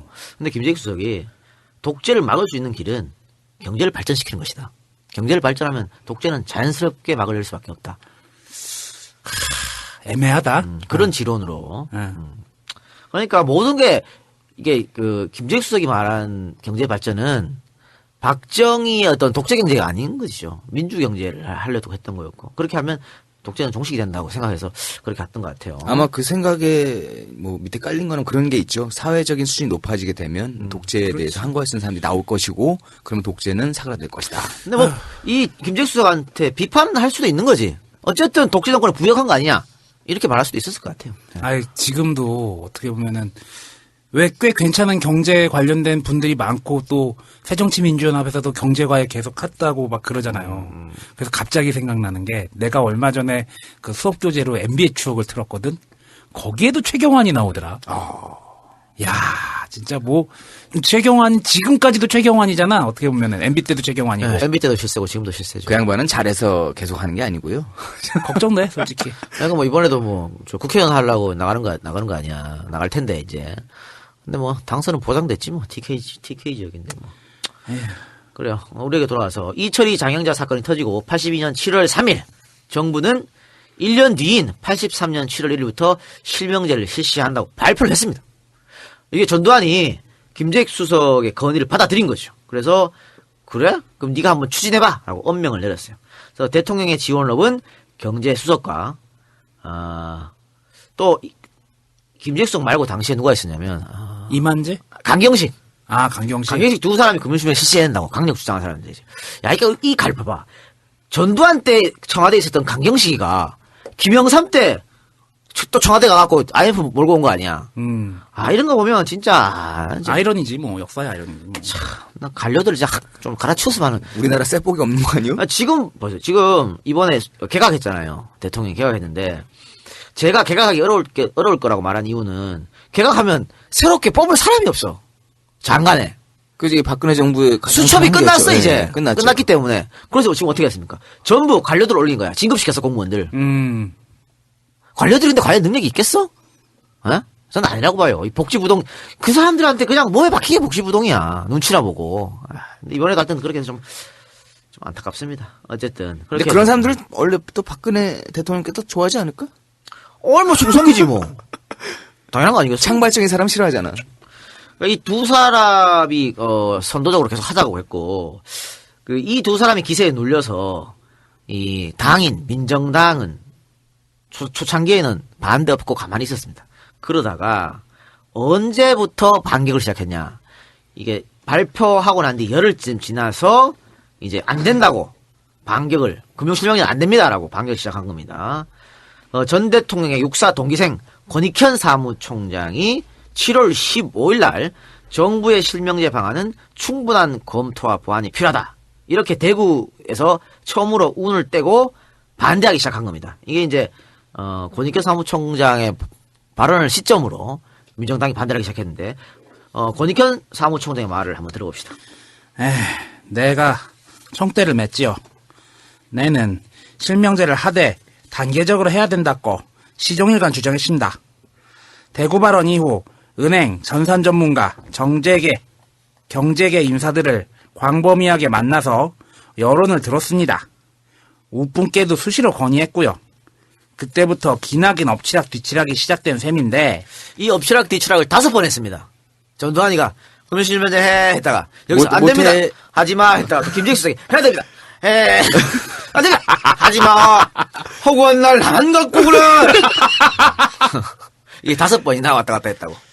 그 과정에서 나는 찬반 자체를 떠나서 우리나라 사람들의 이중성에 대해 정말 실망했어요. 자기 소신보다 어느 쪽이 대세인가에만 신경 쓰는 일 말입니다.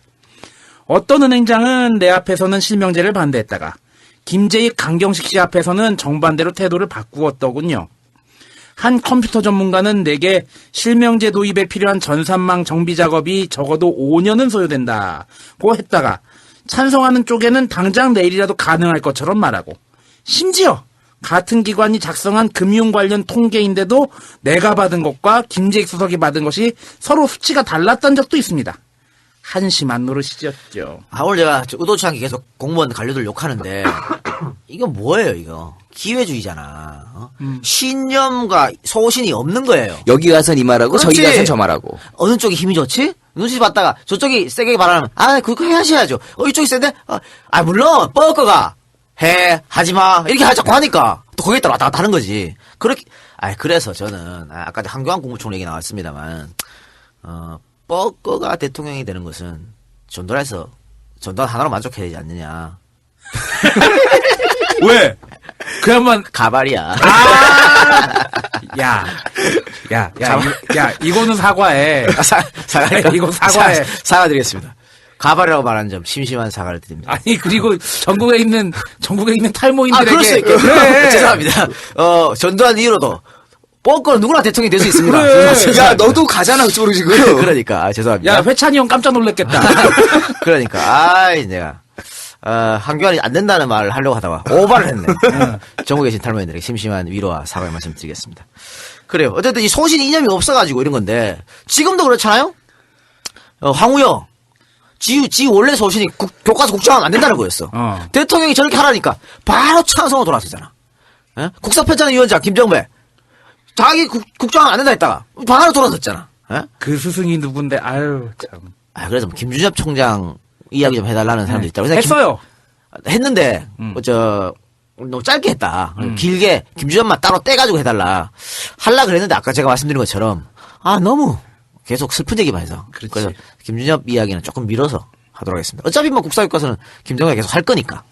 어차피 박근혜 대통령 옆에 있는 그 십상시라고 불렸던 사람들, 내시들은 주대가 없잖아. 그거 다 이따오라니까. 자기 소신 이념이 없어요.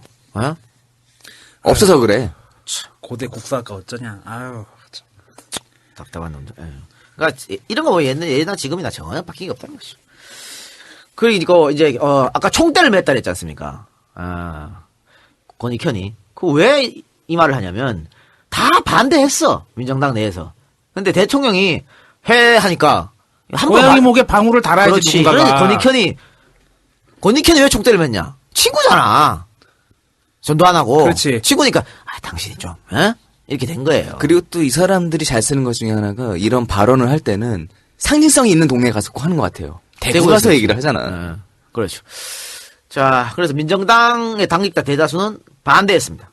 당 정책연구소에 있던 재정학 교수 출신인 김종인 의원도 금융실명제를 반대했다. 이 김종인이 그 김종인입니다. 아이고야. 그러니까 제가 항상 말씀드리는 게 한 번 앞날을 못 내다보면요. 평생 못 내다봐. 이봐. 이때 헛발질 해갖고 결국은 박근혜가 세상을 바꿀 줄 알았지. 택도 없지. 그래서 박근혜한테 시원하게 뒤통수 받고 요즘은 뒷방 늙은이가 돼갖고 삐져가지고 아이고 참. 아니 누구나 우리 세 명도 박근혜 대통령 안 된다는 아주 간단한 그 기초적인 걸 생각했는데 김정인 그걸 아이고 이 사람아. 할 때 김종인 의원은 금융실명제가 불러올 부작용에 대해서 아주 브레인 역할을 했답니다. 이 반대 논리를 담당하는 그랬고 또 가장 반대가 심한 사람은 누구였냐? 5공화국 탄생의 산파였던 허삼수 화평 되겠죠.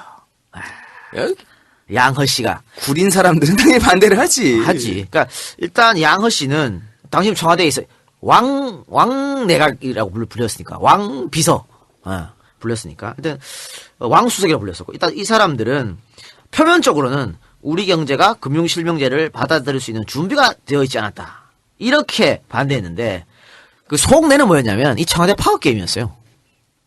그러니까 전두환이가 김재익 수석한테 계속 힘을 실어주는 거야. 그러니까 김재희가 보기 싫은 거야. 꼴 보기 싫지. 아니 씨발 누가 목숨 걸고 한강다리 건넜어? 그치? 그렇잖아. 우리가 했는데 어디서 굴러들어온 김재익한테 자꾸 그렇지. 짜증나는 거예요. 그래서 김재익을 한번 여기서 콧대를 꺾어놔야 돼. 안 그러면 더 올라간다. 그렇지. 그래가지고 그런 것 때문에 심하게 반대했습니다. 어느 정도였냐면요. 우연히 청와대 경내에 마주쳐가지고 대통령한테 쓸데없는 보고하지 말라고. 화평이가. 화평이가. 그러니까 김수석이 당신 일을 하라고 맞받았다고. 김수석도 보통 사람이 아니거든. 그래서 허화평이 멱살 쥐고 이 새끼 뭐 이러고 뒤에서 말리고 그 정도였다니까. 야, 나이 먹고 죽었다 진짜. 그래서 김수석이 그래서 이렇게 싸우고 허화평이가 모든 청와대 비서들 다 주물럭주물럭 거렸으니까 이렇게 반대하고 이러니까 사표를 냅니다. 대통령한테. 사표 뭐라고 하고 내? 아파요. 속마음은 안 해 씨발 이거지. 그렇지. 속마음은 안 해 씨발이지. 그래서 병원을 입원해버리는데 뻐커가 또 보냈을 거야 사람을. 왜 아픈지 좀 알아봐라. 그런데 멀쩡하거든. 문 열어보니까 멀쩡해. 그러니까 그래서 어떻게 했어요? 허화평 삽수를 쫓아냈지. 그래서 허화평 미국으로 간 거 아니에요. 그렇죠. 하여튼 그 정도로 이 김재익을 아꼈다. 그게 이제 전두환이었다라고 할 수 있겠죠. 근데 뭐 결론은 보류로 판결이 났습니다. 83년 1월 전두환 정권은 준비 미흡과 경제적 파급 등을 이유로 금융실명제 실시를 86년 1월 이후로 유보한다 이렇게 발표했고요. 그러나 86년이 되어도 금융실명제는 채택되지 않았고요. 노태우도 선거 공약으로 금융실명제 한다고 했으나 역시 노태우 임기 동안 금융실명제는 이루어지지 않았습니다. 김영삼도 선거 공약으로 내세웠지만 다들 안 된다는 상황이었어요. 또 언론이 뭐라고 당시 썼냐면요.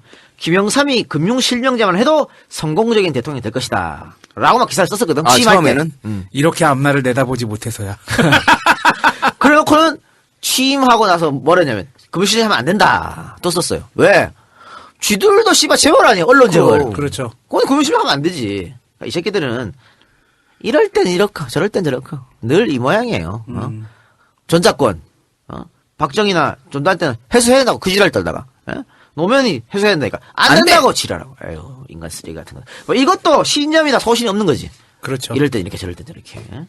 하여튼 이런 상황 역대 이런 상황이 있기 때문에 그 누구도 김영삼이 이 카드를 들고 나올지 예상하고 못했던 것이죠. 그러나 우리 YS는 못 말려. 대통령 취임 6개월 만에 금융실명제는 정말 어마어마한 메모드급 핵폭탄을 바로 터뜨려버렸습니다. 그러니까 제가 왜 이 YS가 아니면 금융실 못했냐면요. DJ를 봅시다. DJ는 걱정이 너무 많아. 이것저것 다 생각해야 될 거 아니야. 안 돼. 그치, 걱정 인형이지. 걱정 인형이고 주위에 의견을 물어보잖아. 근데 어차피 DJ는 자기가 판단하거든. 그렇죠. 묻는 건 형식적이야. 어차피 내 판단을. 어떻게 생각해? 알았어. 근데 결국에는 나는 이렇게 하고 그래서 안 됩니다. 논리로 이겨버리잖아. 그래서 하여튼 했는데 나를 이겨봐 씨 이거지. 너무 걱정이 많아서 못하고요. 똑같은 거예요. 하나에도 DJ는 못해. 왜냐면 그게 갖고 올 에이, 파장과 못해. 여기저기 연결되어 있는 것들과 이걸 어떻게 한 번에 다 뽑아낼 것인가, 타이밍은 어떻게 할 것인가. 그리고 전두환이나 노태우도 사실 이 군인 출신 힘 있는 대통령도 못했잖아. 찬반 양론이 워낙 갈리고 네. 안 된다고 하니까 전두환도 하라 그랬다가 안 하라 그랬다가 했지 않습니까? 근데 YS는 일단 누가 한 명 해야 된다고 해서 머리가 박혔어. 좋은 건지 나쁜 건지 모르고 박혔어. 금융심의대 떴어. 여기 박혔어. 그 씨발 이거 무조건 좋은 거야. 해야 돼. 약간 차지철 필이 나는데. 해야 돼. 그러니까. 그래서 사실은 이 정부 내에서요. 이 금융실명제를 한다고 알고 있었던 사람이 수명밖에 안 됐어. 아무도 몰랐어. 비서실장도 몰랐어. 야, 이건 어떤 의도의 비밀 작전이 돼버린 거야? 경제 관료들도 몰랐어. 왜 그랬냐면 김영태 말 안 해줘서 그런 거 아니야? 쑥 말 안 해줬지. 쑥 물어봐. 취임 초에 금융실명제 하면 뭐 어떻겠노 하면 이제 찬성론자 반대론자 있을 거 아니야. 네. 그러면 그 다음부터는 반대론자하고 말도 안 했어. 어떤 경제정책 얘기 안 해. 그리고 찬성론자한테는 계속 금융실명제 해야 된다고 비밀 지켜라. 너 요 세 나가면 네 뭐가지야? 이랬던 거죠. 그러니까 머릿속에 박혀가지고 반대론자 말을 들을 생각도 안 했다니까. 그래서 금융실명제가 됐다는 거예요. 이것이 갖고 올 어떤 그런 아이 파장들을- 몰라 씨발 그런 거. 정강정책 김영삼이잖아. 뭐 그런 게 뭐가 있어. 대통령 기금명령 김영삼 사인하면 되는 건데. 그렇기 때문에 YS 많이 할 수 있었다. 자 여기서 잠깐 전할 말씀 듣고 금융실명제가 뭔지 또 YS는 어떻게 철통 보안을 지키면서 금융실명제 성화시 쓰는지 또 후폭풍은 없었는지 알아보도록 하겠습니다. 소셜 커머스 하루 24.com입니다. 하루 24시.com 시닷컴. haru24si.com. 이런 데 가면 물건들 많이 또 좀 싸게 살 수도 있고 좋은 물건들 직접 연결도 되고 하니까. 소셜 커머스 회사. 네. 그런데 이게 수수료를 안 받는다고 하면 이분들은 뭐 먹고 살지? 다른 데랑 비교해서 뭐 좀 다른 게 있는 게 아닐까? 아니, 그러니까 판매. 이분이 이제 이런 것 같아. 본인도 팔아 여기서. 아. 그런데 자기 거만 팔면은 이게 고객들이 많이 못 오잖아. 라인업을 좀 늘리고 싶다. 다양성이 없잖아. 네. 그래서 아마 제가 만들어 놓을 테니까 공짜로 들어와서 파세요 이거 같아. 장터는 내가 만들어 놓을 그렇지, 테니 그렇지. 여러분들 좋은 물건 있으면 올라오셔가지고 사람들과 물건을 거래를 하세요. 왜 이런 짓을 하지? 자기 돈 들어서. 야 소상공인들끼리 뭉쳐가지고 좀 해보려고 하는 아니, 걸 그건 응원을 좋은- 못 해줄 망정. 아니 그건 좋은데 소상공인 여러 사람이 합쳐서 하면 모를까. 본인 혼자 사이트 만들고 이제 광고빈에서 광고하고. 왜 뭐 흑판고 장사하나? 아니 그러니까 좋은 뜻으로 이해를 해줘야지. 하여튼 광고 만약에 배너가 붙으면 네. 광고 배너로 뭐 조금 이득을 하고 뭐 그런 생각이신 것 같은데 하여튼 좋은 일 하십니다. 좋은 일 하시니까 여러분들 한번 사이트 들어가 보시고 제품이 좋은 거 있으면 뭐 사시고 또 판매자 여러분들 나 뭐 시골에서 뭐 김장철인데 배추를 팔고 싶은데 팔 데가 없네? 팔로가 없네. 그럼 하루 24시간 가서 그냥 저 이거 될까요? 제품 물어보고. 올려놓으면 팔아도 뭐 수수료를 안 주니까 뭐 옥션 이런 데 다 수수료 주잖아요. G마켓이나. 그렇죠. 근데 여기 수수료 안 주니까 괜찮은 것 같습니다. 전화번호 소개해 주시기 바랍니다. 예. 010-4519-1600입니다. 010-4519-1600. 네, 하루 24시.com. 많은 이용 부탁드리겠습니다. 네. 광고는 거기까지 하고 지난주에 더 골이라고 책 광고했지 않습니까? 네. 우리 책 광고하면 잘 안 되잖아요. 책 광고 그래서 제가 책 광고 들어오면 신중하게 생각하세요. 하지 마세요. 이렇게 답변을 보내는데 이 작가는 내 책도 안 팔려요. 그래요. 이렇게 얘기하는데요. 대박이 났다고 그래요. 그래요? 대박이 났답니다. 하루에 뭐 보통 한 20건씩 팔렸는데 400건이 팔렸다는. 그럼 대박 아니야, 진짜? 대박이죠. 야, 그리고 미궁 장사랑에서 감사하다고. 미국 장사도 대박 났답니까? 예, 감사하다고 지금 또 이제 미궁 장사랑 또 갖다 주셨는데 잠깐 방송 끊잖아. 갔다 와야겠다 아무래도. 아이 개새끼야 진짜 씨발. 미궁 장사랑을 저렇게 홍보하다니. 네, 똥 싸고 이 박사가 돌아왔습니다. 죄송합니다. 무슨 광고를 그렇게 홍보를 해. 몸으로. 아니야, 이거 홍보한 게 아니라 진짜 내가 급격한 장 트러블로 인해서. 기가 막혀가지고. 자, 똥 광고는 거기까지 하고. 이거는 광고의 의도가 전혀 없었음을 알려드립니다. 네. 예, 저희 얘기로 다시 돌아가겠습니다. 그러면 지금까지 얘기했던 금융실명제라는 게 뭔가? 자, 이거 간단히 보면요. 우리는 그동안에 금융 거래를 할 때 통장 만들 때는요, 예전에는 실명이든 가명이든 차명이든 별명이든 상관하지 않고 고객이 원한 대로 거래를 했습니다. 이런 것도 됐어. 뻐꺼. 이거 됐다니까. 그럼 뻐꺼님. 아니 뭐 이 박사, 다 돼. 이 작가 다 이렇게 하면 되는 됐어. 거지. 근데 이렇게 비실명에 의한 금융 거래는요, 음성적인 자금 거래가 늘리고 세부담, 형평성을 저해를 합니다. 왜? 숨겨버리니까. 정치인, 경제인들이 부정축제를 할 수도 있고요. 범죄 조직들이 우리 언더자금, 어두운 자금을 쓸 수 있습니다. 그리고 뿐만 아니라 일부 부유층에서는 탈세를 목적으로 가명, 차명 계좌를 이용했습니다. 우리나라에서는 1960년대부터 저축의 장려를 위해, 그러니까 처음에는 목적은 이랬죠. 예금주의 비밀 보장, 가명, 차명 혹은 무기명에 의한 금융 거래를 모두 허용을 했었습니다. 그런데 이 금융 실명제가 실시가 되면서요, 모든 금융 거래에 실명만 딱 쓰도록 바뀌게 된 겁니다. 이 제도의 전격 실시로 비실명 계좌에 실명 확인 없이는 인출이 금지되고, 내 이름 아니면 돈 못 버는 거예요. 그리고 한 번에 순인출 3천만 원 이상이 되면 국세청에 통보를 합니다. 이렇게 되면 자금 출처를 조사를 할 수가 있게 되는 거죠. 그랬기 때문에 금융실명제가 실시가 되자 자금의 출처가 떳떳하지 못한 이 차명이나 가명 계좌를 갖고 있던 이 나라의 부도덕한 사람들이 배를 움켜쥐고 돈을 포기했다는 이야기가 있습니다. 뭐 이런 거죠. 이건 예입니다. 예를 들어서 법무부 장관이 이종우야. 법무부 장관이 이종우. 그런데 가명으로 뽀거로 한 5억을 넣어놓은 거야, 은행에. 그런데 이제 5억을 찾으려면 자기 주민등록도 들고 가갖고 사실 제가 네, 뽀거예요. 내 거예요. 이렇게 되잖아. 그러면 야, 이 법무부 장관 이 새끼 봐라. 너 5억 왜 이래 되잖아. 이거 뭐야? 돈 어디서 뭐야? 났어? 출처를 조사가 들어간다고. 국세청이 들어가잖아. 줬다는 거거든요. 그러니까 씨발 이렇게 하는 사람이 많다.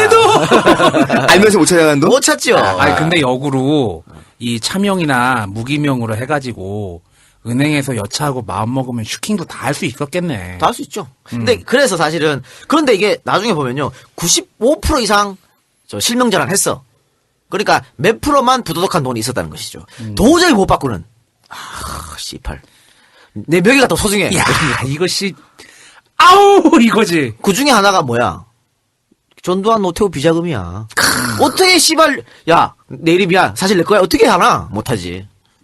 그 양반 29만 원밖에 없는데. 자 간단히 얘기하면 모든 금융기관과 거래를 할 땐 실명 사용을 반드시 의무화하고 그것을 금융기관에서 확인하라는 것입니다.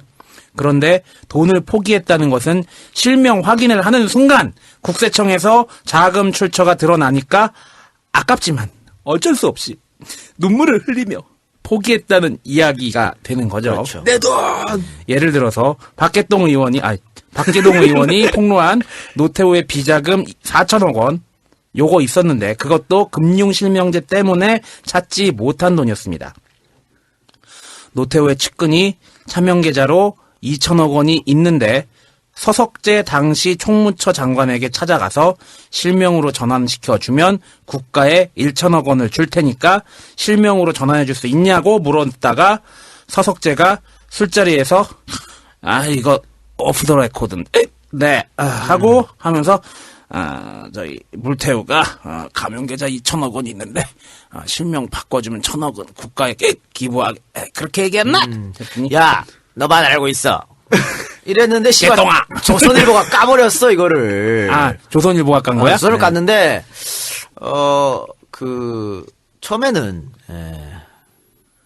전직이라고 말했어. 노태우란 말 안 하고 우리가 전직 고위 얘기했던 거랑 공직자. 비슷한 거네. 전직이라고 말했는데 박계동 의원이 어디서 존나 상세한 파일 들고 와갖고 2천억이 아니고 4천억이야. 존나 이거 우리 방송 한번 한 것 같은데. 네, 그래서 이제 했었어요. 음모론이 있었죠. YS가 저 씨발 놈들 싹 날려버리려고.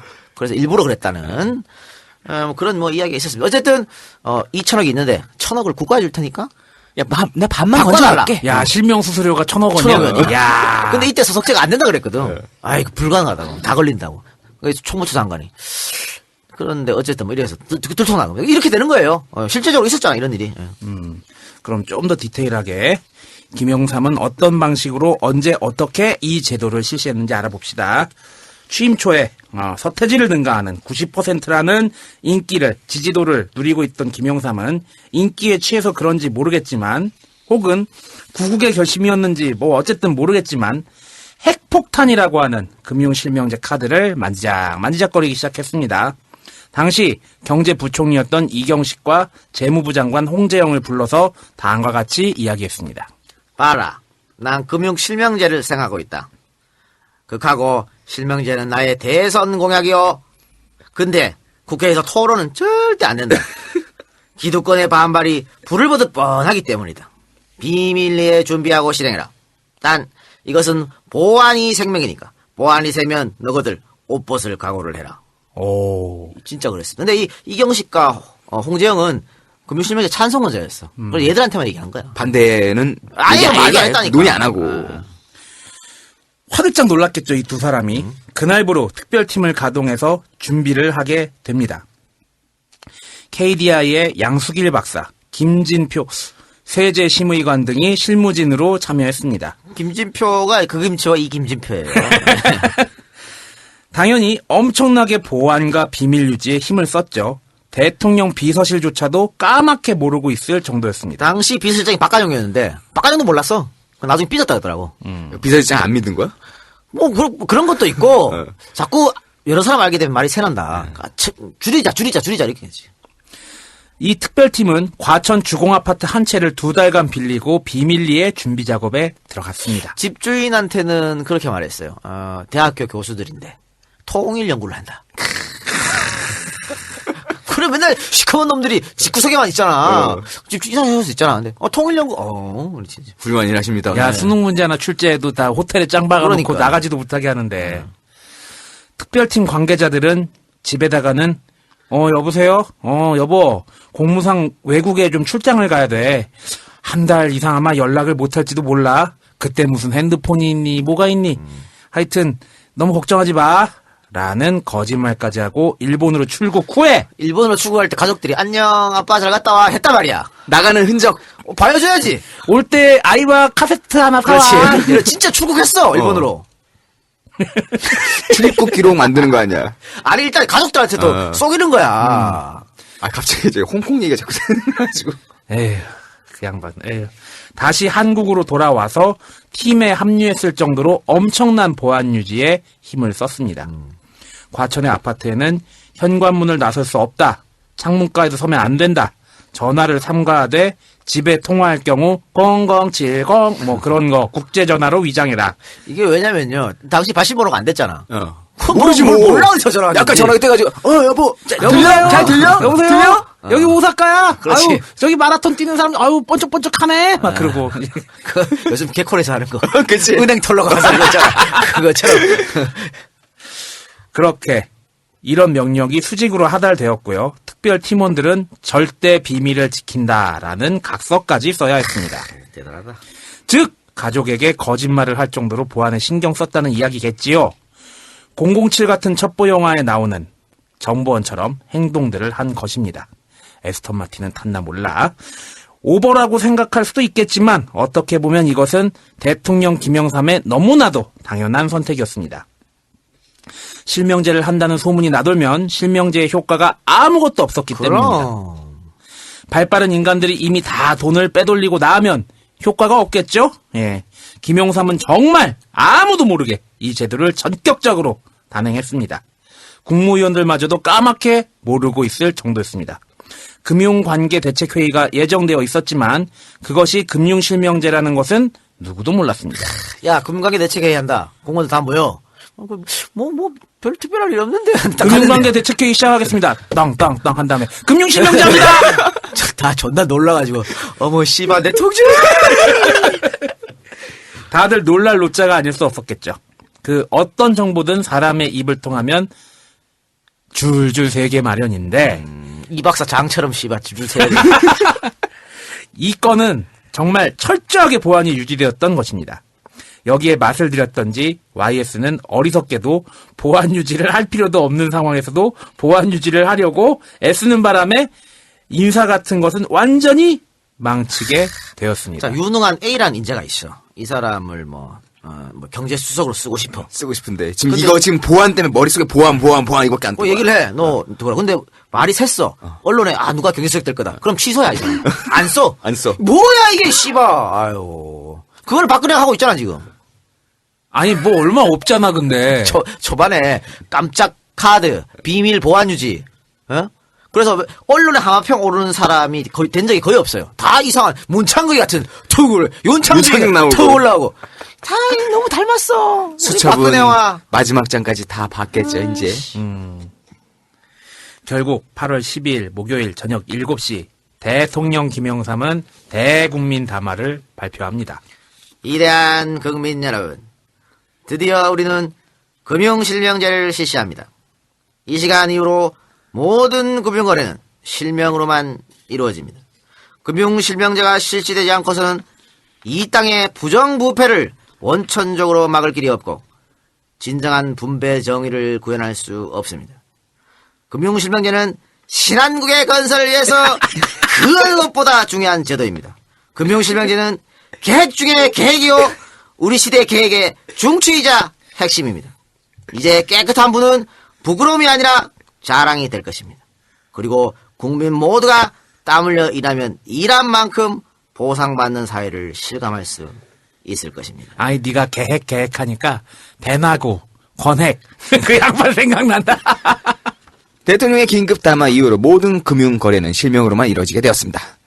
그리고 가명에서 실명을 전환을 할 경우 최고 5천만 원까지는 자금 출처 조사를 면제를 해줬습니다. 요건 큰 거예요. 5천만 원이면 상당히 큰 돈이네. 그럼 그 돈 줘요. 93년이면. 근데 야, 내가 뭐 어느 정도는 일단 해주는 거야. 아니 먹은 거 아, 정도는 오케이. 다 토해내라고는 안 할 테니까 아, 일단 오케이. 실명제는 하자 이거였지. 그러나 2개월의 경과 갱신한 후에 실명으로 전환할 경우에는 매 1년간 10%씩 최고 60%까지 과징금을 부과토록 했습니다. 실명제 실시 전에 1993년 8월 이때 당시 그 가차명 계좌 자금은 33조 정도 됐습니다. 이거는요 당시 대한민국의 금융 자산 330조의 10분의 1에 해당되는 엄청난 금액입니다. 재밌는 거는요 금융실명제 실시 바로 전날 이날이 공직자 재산 등록 마감 날이었습니다. 자, 공직자들은 당연히 그 재산을 신고 시에 누락을 시켰을 겁니다. 당연히 안 하지. 그랬는데 그 다음날 금융실명제를 실시한다고 하니까 이러지도 못하고 저러지도 못하는 저 같은 상황에 처해집니다. YS, 우리 자 머리 없는 YS가 이런 쪽으로는 또 잘 굴려. 이거 거의 저기 그 어항 같은 거야. 몰아넣고 물고기 잡는 거야. 야, 공직자 재산 공개 다음날 금융제 실시했잖아. 그러니까 예를 들어 내가 재산 공개를 해. 한 15억 8천만 원이 있습니다. 근데 요거는 이제 내 이름으로 된 거고. 이동형 이름으로 된 거고. 다른 이름으로 된 거. 이 그거는 뭐 작가로 이작가로 해서. 된 거 한 30억 있어. 그걸 했는데 야, 요거 골 때리는 거잖아. 그치. 금융실명자 이거 아유 이렇게 되는 거야. 아니 근데 이걸 YS가 똑똑해가지고 이렇게 타이밍을 맞춰. 그건 아니야. 그건 모르지 뭐. 남한테 뺏는 건 잘해. 그런 승부사 기질은 있어, YS가. 자, 그러면 아까 제가 언론들이 반대 입장을 나타나고 했지 않습니까? 당시 국민과 기업들, 정치권은 어떤 반응이었는지 살펴봅시다. 우선 국민들 대다수는 찬성이었습니다. 실명제 발표 다음 날 한국갤럽이 여론조사를 실시했는데 실명제 찬성한다는 응답이 87.1%, 반대하는 응답이 3.3% 정도로 압도적으로 김영삼의 금융실명제를 지지했습니다. 아니 서민들이야, 국민들이야. 어차피 뭐 어떻게 뭐 깝깝할 거 없잖아. 깝깝할 거 없지? 뭐 비상금 통장이나 하나 있었겠지 그렇지. 뭘. 그거 아니면 뭐 애들 이름으로 만든 통장. 그렇지. 나중에 애들 크면은 뭐 좀 주려고. 그거 그냥 가서 내 바꾸면 되지. 내 거 바꾸면 되지. 그러니까 이 서민들한테 전혀 문제가 없는 거야. 바꾸면 되지. 그리고 이거 하면은 검은 돈 잡을 수 있다 그러니까 다들 당연히 박수 치지. 그래서 87.1% 압도적으로 지지했습니다. 집권당인 민자당, 지들은 속으로는 배가 아프든 어쨌든 대통령이 한다는데 뭐 어떻게 해. 그래서 대통령의 개혁 의지를 보여준 것으로 환영한다 이렇게 논평을 냈고요. 야당인 민주당은 당연하죠. 금융실명제는 우리 당이 줄기차게 요구한 사항이다. 늦었지만 실시를 환영한다라고 긍정적 답변을 내놓았습니다. 그렇지만 아까 말씀드린 채로 속은 까맣게 타들어갔을 것입니다. 공직자 재산 공개가 끝이 나고 이제 서서히 공개한 재산이 사실인지 아닌지를 확인하는 작업에 들어가는 단계이기 때문에 이 실명제 폭탄이 언제 자기한테 튈지 몰랐기 때문이죠. 그만큼 대한민국 고위계층들은 썩었다는 이야기입니다. 실제로 수많은 정치인들, 판검사들 장 차관들이 이 금융실명제로 인하여 옷을 벗었습니다.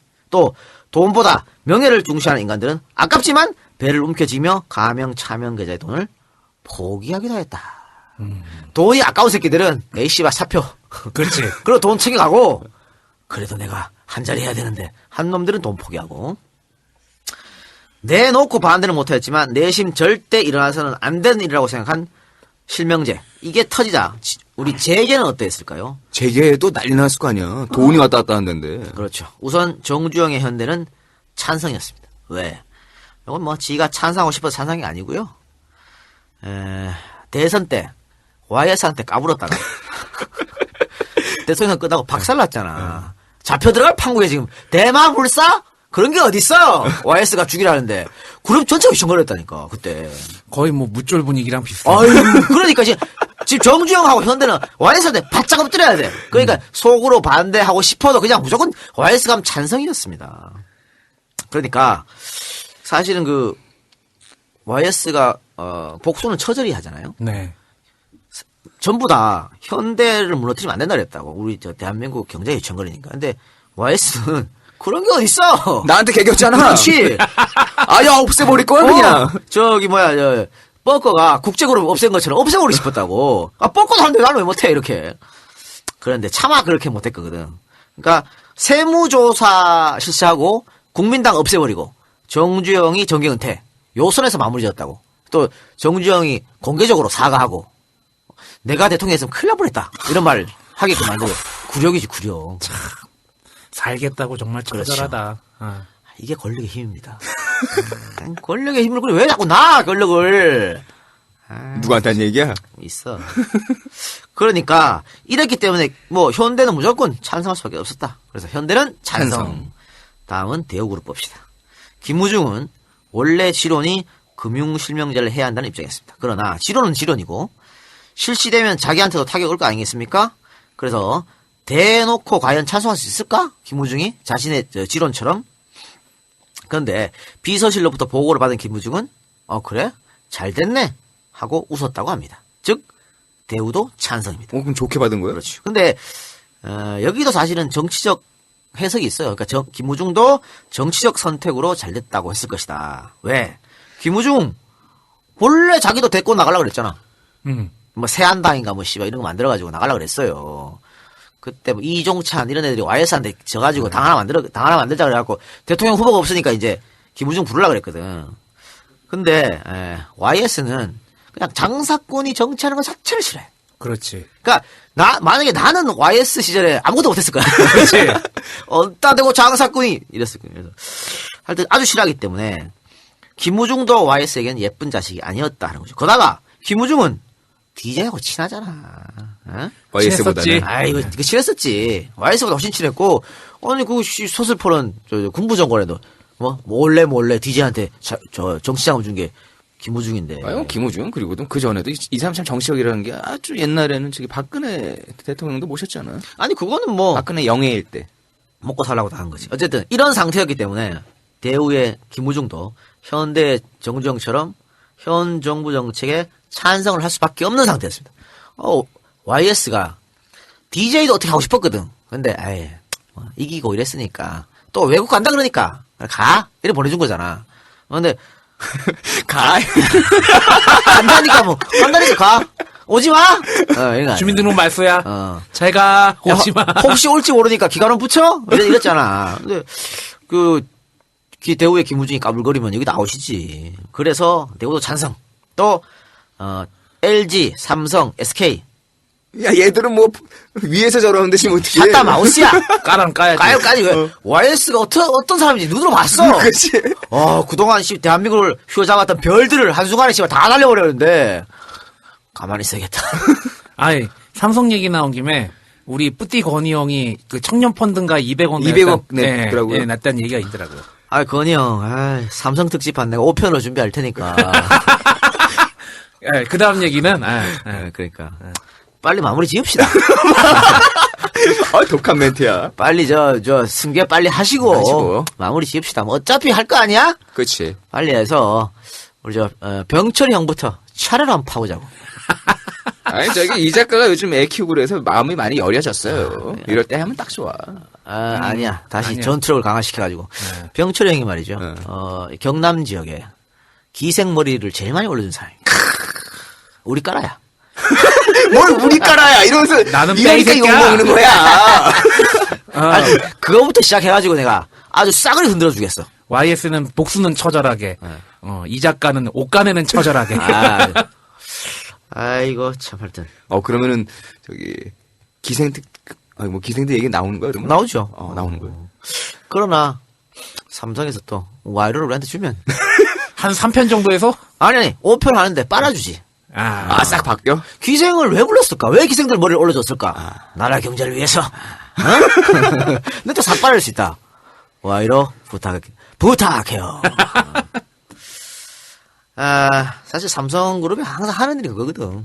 이거잖아. 여론 확인하고. 아유. 여론. 지금 쭈삣쭈삣 할 거야. 이제에서 씨발 한다고 자꾸 얘기하고 있으니까. 원래 사카린 얘기도 재밌는 거 폭탄은 들고 있어야 강하잖아. 내가 계속 언급할 거다. 이런 말씀을 드리고. 야, 차라리 그거 하고 끝낼 수도 있겠는데? 제가 이번에 지금 요즘에 제가 이 이지에서 재벌 이야기 하지 않는 이유가 제가 책을 쓰고 있기 때문에 그러진 않습니까? 재벌 책 쓰기 때문에 중복되니까. 그래 이제 그래서 안 쓰고 있는데, 이제 재벌 얘기를 안 하고 있는데. 사람들이 많이 기다려. 네, 근데 그 책에 말이죠. 제가 쓰고 있는 재벌 책에 삼성 얘기가 없어요. 그거는 이제서 하려고 해요. 일부러 안 쓴 거야. 기다려라. 그래요. 또 이제 미국 알아봅시다. 실명자 터졌을 때 미국은 어땠을지. 미국의 반응도 역시 조용했습니다. 왜냐? 내정 간섭으로 비춰질 수 있기 때문에. 김용삼 정부의 선택을 존중한다라는 식으로 짧게 논평만 했습니다. 대통령의 긴급명령 발표 나흘 후 국회는 임시국회를 열어서 승인 절차를 밟았는데 이게 뭡니까? 이래서야 되겠습니까? 라고 했던 김동길 한 명만 반대했습니다. 그래서 저는 국가에서 원로라고 불리는 사람들은 참 원로가 나발이고 그냥 집구석에서 가만히 있으면 좋겠습니다. 짜증납니다 진짜. 사람이 나이값을 해야지. 그러니까 뭐 하는지 진짜 추잡하게. 아니, 새삼 느낀다니까. 나는 진짜 곱게 늙어야겠다. 그러니까. 또 김동길 씨든 말이죠. 이게 그냥 조용하게 넘어갔지만 시끄러웠어. 제자하고 이게 해가지고 제자가 그렇지. 고발하고 나이 차이 존나 많은 제자가 그때는 뭐 저게 있었잖아. 김동길 씨야 뭐 총각이니까 간통은 아니지만 혼인빙자 가늠죄 이런 게 있었거든. 홍빈가는 오랜만에 듣습니다. 혼빈간. 혼빈 나하고 결혼한다 그래놓고 네가 날 따먹었지. 이게 혼빈간 아니야. 야, 너무 명확하게 정리하지 마. 그러니까 그것 때문에 이제 조용히 살지기 바랍니다. 김동일 특집도 할 수도 있어요. 재밌겠다. 재밌겠는데? 그럼 이 금융실명제를 문민정부에서 왜 실시했는지 장단점이 뭔지 한번 보겠습니다. 금융거래를 가명이나 차명으로 하게 되면 당연히 세금 탈루의 문제가 드러납니다. 또한 주식, 자본 등 거래가 불공정하게 이루어지고 기업이나 큰손들, 정치인들의 비자금 확보가 용이해집니다. 이러한 것을 막기 위해서 금융실명제가 실시된 거죠. 그러나 당연히 부작용도 있었습니다. 지하경제가 완전히 비활성화되고 주식시장에서 큰 활약을 했던 가명의 큰손들이 주식시장에서 퇴장해버리고 퇴장당한 거죠. 금값과 금리는 올라가게 돼 있었기 때문에 기초적인 금융시장이 약한 우리나라는 그 충격을 소화할 수 없다는 논리였습니다.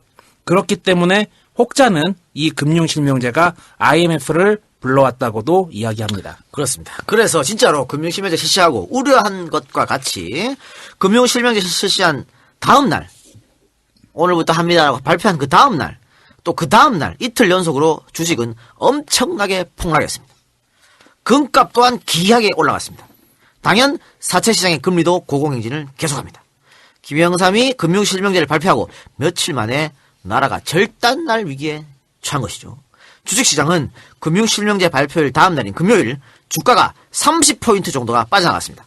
당시 우리 주가가 600포인트 정도였거든요. 600, 650 이랬는데 금융실명제 실시 이 발표 하나로 주가 총액의 5% 날아간 거야. 그렇지. 흔들리죠. 근데 그 다음날 주가 또 떨어졌거든요. 역시 30포인트 이상 빠져나가요. 총 이틀 만에 60포인트가 빠져나간 거예요. 그럼 시장이 박살났다고 박살난 거예요. 1000개 이상 되는 종목들이 전부 하한가를 때렸어요. 사채 시장은 말 그대로 아비규환이 되고 말았습니다. 돈의 흐름은 정지되었고 이자는 시시각각 올라갔습니다. 사실은 이 사채 시장을 뭐 개인들이 거래한다고 생각하지만 천만의 말씀입니다. 우리 기업도 다 사채 시장 돈 썼거든. 뭐 드라마에서도 많이 보였어요. 그러니까 1금융, 2금융 다 사채로 갔었어요. 그랬기 때문에 사채 시장도 아비규환이었고 이렇게 되자 금융실명제를 실시하면 큰일 난다고 주장했던 권력자들과 기득권자들의 반대 논리가 현실에 들어맞게 되는 것이었죠. 이런 부작용을 예견했던 정부는 발표 때 한 가지 안전장치를 마련했었습니다. 그것은 예금의 5천만 원까지는 그 돈의 출처를 묻지 않겠다라고 하는 것이었습니다. 아까 얘기했었던 대로 이 돈 규모가 꽤 되는 거예요. 아이고 크다니까 이 돈은. 다음 날부터 은행은 실명으로 전화하려는 고객들로 미어 터집니다. 그리고 우리의 더 많은 사채업자들, 수십억의 차명 계좌를 가지고 있던 고위 공직자들, 정치인들, 관료들은 은행 앞에서 들어가지는 못하고 머리를 쥐어 짜고 있었습니다. 내 돈. 그리고 발 빠르고 눈치 빠른 인간들은 어머 금융실명제야? 이 씨발 이제 부동산 실명제네. 부동산 실명제와 대비해서 그쪽으로 벌써 움직이기 시작했습니다. 부동산도 아무나 이러면 막 샀거든. 그렇죠. 가차명이 가능하니까 이제. 그럼 뭐 내가 사는데 우리 조카 이름을 사놓고 그렇죠. 응? 야 너 땅 좀 관리했는데 나중에 이거 실명제 딱 되니까 삼촌 제 거예요. 이렇게 된다니까. 그런 거 많았다니까. 아까 뭐 롯데기도 했지만 롯데기도 결국은 부동산 실명제 금융실에 연결되는 겁니다. 그랬습니다. 어쨌든 엄청난 혼란이 왔는데요. 이렇게 사채 시장과 기득권자들이 혼란에 빠진 데 반해 국민들은 대개가 아까 설명한 대로 금융실명제를 환영하는 분위기였고요. 그러니까 국민들이 김영삼의 손을 들어주니까 김영삼이 더더욱 이 다음 정책들을 세게 밀고 나갈 수 있었던 것이죠. 또 해외 언론들도 김영삼의 선택이 장기적으로 한국 경제에 도움을 줄 것이라고 긍정적 보도 태도를 나타냈습니다. 제가 항상 말씀드리지만 한국 경제에 관한 거는요. 외국 언론을 보세요. 한국 언론 보면 좆됩니다. 어차피 한국 언론은 정치 논리에 따라서 기사를 쓰거든. IMF 때도 터지기 바로 직전에 한국 경제 괜찮다고 개쌍 지랄했던 거니 대한민국 언론 아니었어. 그리고 결국은 죽어라는 거는 일반 시민들이. 그러니까 이때도 우리 언론은 주식이 폭락하고 큰일 났다. 금융실명제 철회해야 된다고 지랄했거든. 근데 외국 언론 괜찮다. 앞으로 한국 경제가 탄탄해질 거다. 외국 언론을 보세요. 제3자의 눈으로 쓴 글들을 보시기 바랍니다. 언론이 언론같이 못한 건 지금이랑 똑같네요. 똑같죠. 그리고 경제뿐만이 아니라 어떻게 보면은 우리나라 국가 전반적인 국정 운영이 어떻게 돌아가는지를 보려면은 제일 객관적인 건 아마 외국 언론일 거야. 그러니까 지금 국정교과서도 외국 언론은 다 반대, 이상한 짓을 하고 있잖아. 쓰고 있고. 또 반기문 케이스 같은 경우에도 우리 언론만 존나 빨아주고, 하도 그렇게 빨아주니까는 씨발 음성에 가서 길을 받으려고 추사빠자고 거기서 빨고. 하고 하는 거 아니야. 뭘 빨아, 이 새끼야! 근데, 외국 언론에서는 역사상 가장 무능한 사무총장이라고 까고 있다니까? 그러니까 외국 언론을 보시면 됩니다. 우리 언론은 볼 필요가 없어요. 한겨레 경향? 이번에 한겨레 국정학 가서 광고 보시면 뭐 하는 짓이야? 아이고 씨. 그 선배들이 어떻게 만든 신문사인데. 한겨레 특집을 참고하시기 바랍니다. 외국 언론은 어떻게 봤냐면 당분간 주식시장이나 금융시장이 불안정하겠지만 이런 상황이 얼마든지 예측 가능했기 때문에 한국 정부가 발빠르게 대응할 것이라는 전망을 마구잡이로 쏟아내왔습니다. 이런 장밋빛 전망에 따른 것인지 주식시장은 주말을 기점으로 수그러들 조짐이 보이더니 이내 본래의 모습으로 돌아왔다 하는 것이죠. 며칠만 빠졌지 바로 돌아왔어. 또 사채꾼들과 가명으로 큰 돈을 보유하고 있던 큰 손들의 계좌가 기간으로 유입되며 정상적이고 투명한 거래가 시작된 것입니다. 그러니까 금융실명제가 실시했기 때문에 지하 검은돈이 갈 데가 없잖아요. 어디가?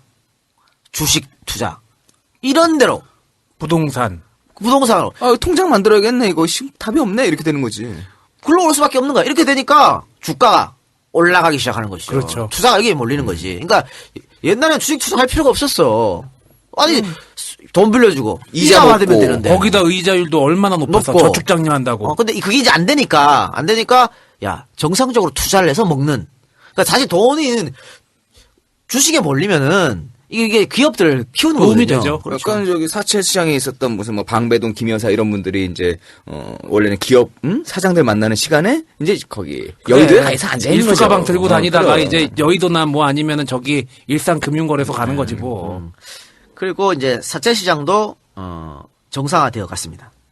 오히려 금융실명제 실시로 그동안 음지에서 이루어지던 그 금전거래가 양지로 끌어올려져서 사채 시장의 양성화에 도움이 되었다. 이런 주장도 있습니다. 당연히 그동안 엄청나게 탄로했던 사채꾼들의 세금도 나라로 착착 환수되었습니다. 뭐 이거 대부업이라고 말하지만 뭐 신고도 안 하고 지들끼리 주고받고 하는 건데 세금이 어디 있어요, 이게? 그렇죠. 네, 이제 그것도 돌아왔던 것이죠. 우려했던 사항들이 여기저기 터졌지만 그 충격파는 최소한의 것이었다라고 할 수 있겠죠. 그리고 금융실명제는 서서히 자리를 잡아갔습니다. 그리고 이제 김영삼 대통령이 이 이후에 이제 보완책, 그러니까 차명 계좌도 원천적으로 막을 수 있는 그런 거 준비했는데 뭐 IMF 터져서 지금 그런 그런 거 생각할 겨를이 없었죠. 근데 지금까지 그게 내려와서 그럼 그것도 빨리 보완책을 마련해야 되지 않을까. 뭐 지금 마음만 먹으면 다 하잖아. 뭐 대포 통장도 만들고 다 하잖아요. 그래서 그걸 또 범죄 이용하기도 하고. 그래서 요즘은 통장 만들기 되게 힘들어요. 존나 힘들다 그러더라고. 야, 그러니까 자꾸 이 서민들만 힘들게 해. 그럼 아니 야, 우리 협동조합 할 때 나 이사장이었잖아. 그때 통장을 여러 개 만들어야 되잖아. 왜냐하면은 조합원들이 여러 루트로 들어와야 되니까. 그렇지 은행에서 이 은행에서 다른 은행으로 타행으로 계좌 이체를 할 경우에는 수수료가 붙으니까 그 수수료라도 아껴드리게 하겠다고 여러 곳에 계좌를 만들었단 말이오. 야, 통장 만드는데 1시간 걸리더라. 요즘은 더해요. 요즘은 더해. 야, 뭐 월급 통장 만들려 그러면 그러면 그 뭐 회사 떼오라 다니는 거 존나 취업 힘들대요. 증명서, 뭐가 재직 증명서 이런 거 가져오라 그래. 참. 그러니까 지들 편하려고 지금 은행에서 이런다니까. 뭐 이제 잡을 놈들 안 잡고 있다고 걸 하고 있어요. 근데 아까 전에 제가 금융실명제가 IMF를 불러왔다 이런 주장도 있었다는데 어떻게 생각하십니까? 이거 하나만 원인은 아니지 뭐. 예. 그러니까 물론 그 금융실명제가 IMF를 불러온 원인이 하나가 될 수는 있겠지만 이거는 아주 결정적인 원인은 아니고 아주 미미한 원인이고 결국엔 뭐 내가 볼 때는 박정희 정권 때부터 해왔던 경제 정책들과 거기에서 쌓였던 그 적폐들이 그렇게 한꺼번에 터진 게 IMF 사태가 아닌가 네. 싶어요. 그러니까 금융실명제 때문에 IMF가 왔다는 것은 우리 금융시장이 족같다는 걸 인정하는 그래. 안 되잖아. 그러니까 우리는 검은 돈으로 거래하고 음성적으로 거래해야만 성장하는 나라라고밖에 안 되는 거예요. 예. 그리고 저건 93년에 그리고 이걸 실시해가지고 IMF는 98년에 터졌는데 97년 연말에 그걸 몇 년 동안 그건 저는 말이 안 된다. 그러니까 국가가 영양 상태가 정상적으로 이렇게 공급돼서 온 게 아니라 약간 좀 비정상적으로 국가가 운영이 되어 왔잖아요. 특히 경제 그렇게 쪽으로. 왔죠. 예. 예. 그러니까 몸에서 뽀드락지 하나 나서 이게 짜내가지고 고기 이제 짜냈는데 결국엔 나중에 보니까 암 때문인 거야. 이 사람이 쓰러진 게. 그거랑 똑같은 거지. 근데 그 뽀드락지 하나 때문에 이 사람이 쓰러졌다고 얘기할 수는 없는 거잖아. 그리고 금융실명제 때문에 IMF가 왔다 그러면 뭐 다른 나라 금융실명제 하는 나라들은 뭐예요? IMF가 왔었어야 될 거 아니야. 그러니까 금융실명제 경제가 휘청하던가 했어야지. 그런 거 없잖아요. 이거는 그냥 나 YS 깎아내리기 위한 그런 게 아닌가. YS가 너무 저평가돼 있어서 사실은 아니 아무리 YS가 진짜 경제 정책을 잘못해가지고 환란이 왔다 그러지만 그게 꼭 그 환란이 YS 때문에 할 수 없잖아. 그동안 쌓았던 적폐가 거기서 터진 거고. 그렇다고 해서 MB보다 못한 사람이야 YS가? 박근혜보다 못한 사람인가? 그런 거 아니라고 보거든. 다만 이제 YS 때쯤 되니까 그동안 있었던 그런 적폐들이 이제 결과로 보여지는 거예요. 무슨 그 대형 사고들 이런 것들도 기간 동안 있었던 모든 부실과 야로들과 이런 것들이 거기서 이제 증상이 나와버린 거지. 뭐 어찌됐든지 내가 볼 때는 이거 저거 해도 제일 욕먹어야 될 거가 너무 커. 삼당합당. 그게 너무 크기 때문에 그리고 어떻게 보면 이 문제들이 결국에는 그 적폐의 원인이 됐던 그 사람들을 그대로 살려준 게 된 계기 아니야. 그런 부분도 있다고 봐요, 저는. 그래도 저는 어쨌든 DJ 노무현 다음이라고 봅니다. 독재는 안 했잖아. 이승만 박정희처럼. 사람은 안 죽였잖아. 그렇지. 아니, 죽이긴 죽였지. 뭐 노동자 탄압하고 그런 거. 야, 씨. 박정희 이승만이 별로 아무것도 아무것도 아니지. 그런 걸 그럼. 뭐 말할 수 없는 거고. 그래요. 자, 마무리해 봅시다. 나는 그냥 금융실명제 IMF 이 얘기로 좀 뭐 매조지를 하려고 그러는데, 지금도 이제 지하경제 양성화 뭐 그런 얘기가 계속해서 나왔지만 글쎄요. 지금 경제를 생각하면은 뭐 늘 얘기했지만 뭐 교과서 문제도 굉장히 큰 문제이기도 하고 근데 지금 우리나라에 있는 여러 가지 국정 전반이 많은 사람들이 걱정을 해요. 뭐 심지어는 요번에 국정감사가 너무 묻혔다는 얘기도 나오고 아까도 언급했지만 그런 부분들에 대해 좀 총체적으로 대처를 해야 되고 이 총체적 대처의 결과는 총선과 대선 때로 이어져야 되지 않나 그런 생각이 듭니다. 이상입니다. 네. 네, 박정희 때 유신에서 경제정책이 어떻게 됐고, 그리고 그것을 받아가지고 군사정부가 왔고요.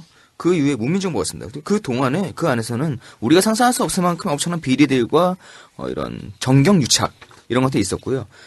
그것이 YS, 초반에는 90% 인기를, 유지했던 대통령에게, 성수대교, 삼풍백화점, 서해페리오, 이런 사건들과 함께 결과적으로 마지막에 이제 IMF가 터졌는데 이런 것들은 결국에는 뭐 YS 혼자의 뭐 과다라고 보지는 않고요. 아까 얘기한 대로 기간 동안 우리는 비정상적으로 국가가 자라왔기 때문에 그 적폐가 한 방에 터진 게 아닌가. IMF는 더더욱더 그 결과물이 아닌가라는 생각이 듭니다. 그리고 더 우려스러운 건 우린 그랬어요. 이런 큰 사고가 터지면 다시는 이런 큰 사고가 안 일어나지 않을까라고 상상을 합니다.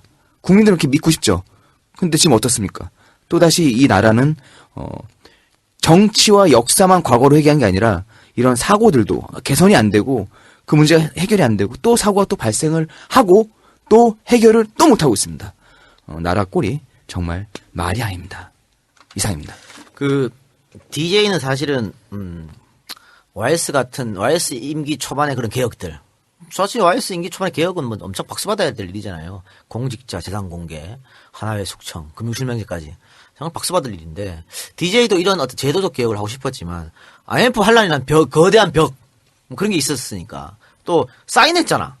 IMF 내가 니네 이거 안 하면 죽어라 해서 사인했으니까 그런 것들 때문에 한계가 있었고요.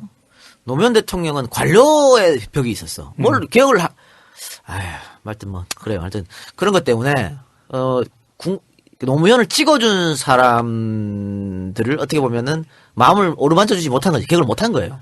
그런 측면이 있었는데 정말 이번에 정권 교체가 되면 누가 대통령이 될지 모르겠습니다만 우리 진영에서 대통령이 되면 정말 제도 개혁. 그러니까 10년 동안 MB 박근혜가 거꾸로 돌렸기 때문에 정말 조자룡 헌창 휘두르듯이 한번 휘두를 필요가 있다. 제대로 바로 잡아야 된다. 그리고 제가 계속 관료들의 문제점을 계속 드렸습니다만 관료들은 어차피 맨 처음에 대통령이 누가 되면 눈치를 볼 수밖에 없어요. 그리고 대통령이 나를 따르라 하면 따라. 다른 처벌. 다른 평생 그렇게 살았으니까. 30년, 40년 그렇게 살았으니까. 그러니까 시스템은 있는데 그 시스템을 운영하는 사람들이 잘못했기 때문에 이렇게 되는 거 아니겠습니까? 그래서 정말 좀 나를 따르라 해가지고 제도 개혁을 좀 강하게 실시했으면 하는 바람입니다. 그리고 뭐 부가적으로 복수는 처절하게 할 건 하고. 그럼요. 그리고 제도 개혁이라고 해서 뭐 학제 개편 그런 거 하는 것보단 좋은 걸 해야 될 거 아니야. 그렇죠. 또 뒤틀린 구조도 좀 바로 잡고 그거 하려면 개혁 아니면 안 되거든요. 재벌 개혁 어떻게 할 거야? 말만으로 할 거예요? 칼을 휘둘러야 되는 거지? 사학 개혁해야 되잖아. 어떻게 할 건데? 근데 칼 안 들고 말로 앞으로 잘해라 하면 돼요? 이 방송하니까 진짜 훅 들어온다. 뭐 삼성 얘기라든지 뭐 사학 얘기들도 나왔지만 참 우리나라에 쌓여있는 적폐들을 이렇게 한 방에 확 해야 된다니까. MB 박근혜 쪽에 쌓였던 이런 거 확 해야 된다. 괜히 장밋빛 미래를 좀 상상하게 만드는. 그러니까 그런 대통령이 우리 진영에 되면 꼭 그렇게 좀 해주십사 부탁을 드리겠습니다. 자, 그럼 오늘 방송은 여기서 마치고 엔젤 펀딩 소개해드리면서 다음 주를 기약하겠습니다. 일단 제공 두 바보의 재물 설계에서 친히 이제 현금으로 엔젤 펀딩을 가져오셨고요. 그리고 이경택 씨 감사합니다. 그리고 피오남, 남상호, 정소영, 한송이 이상입니다. 고맙습니다. 고맙습니다.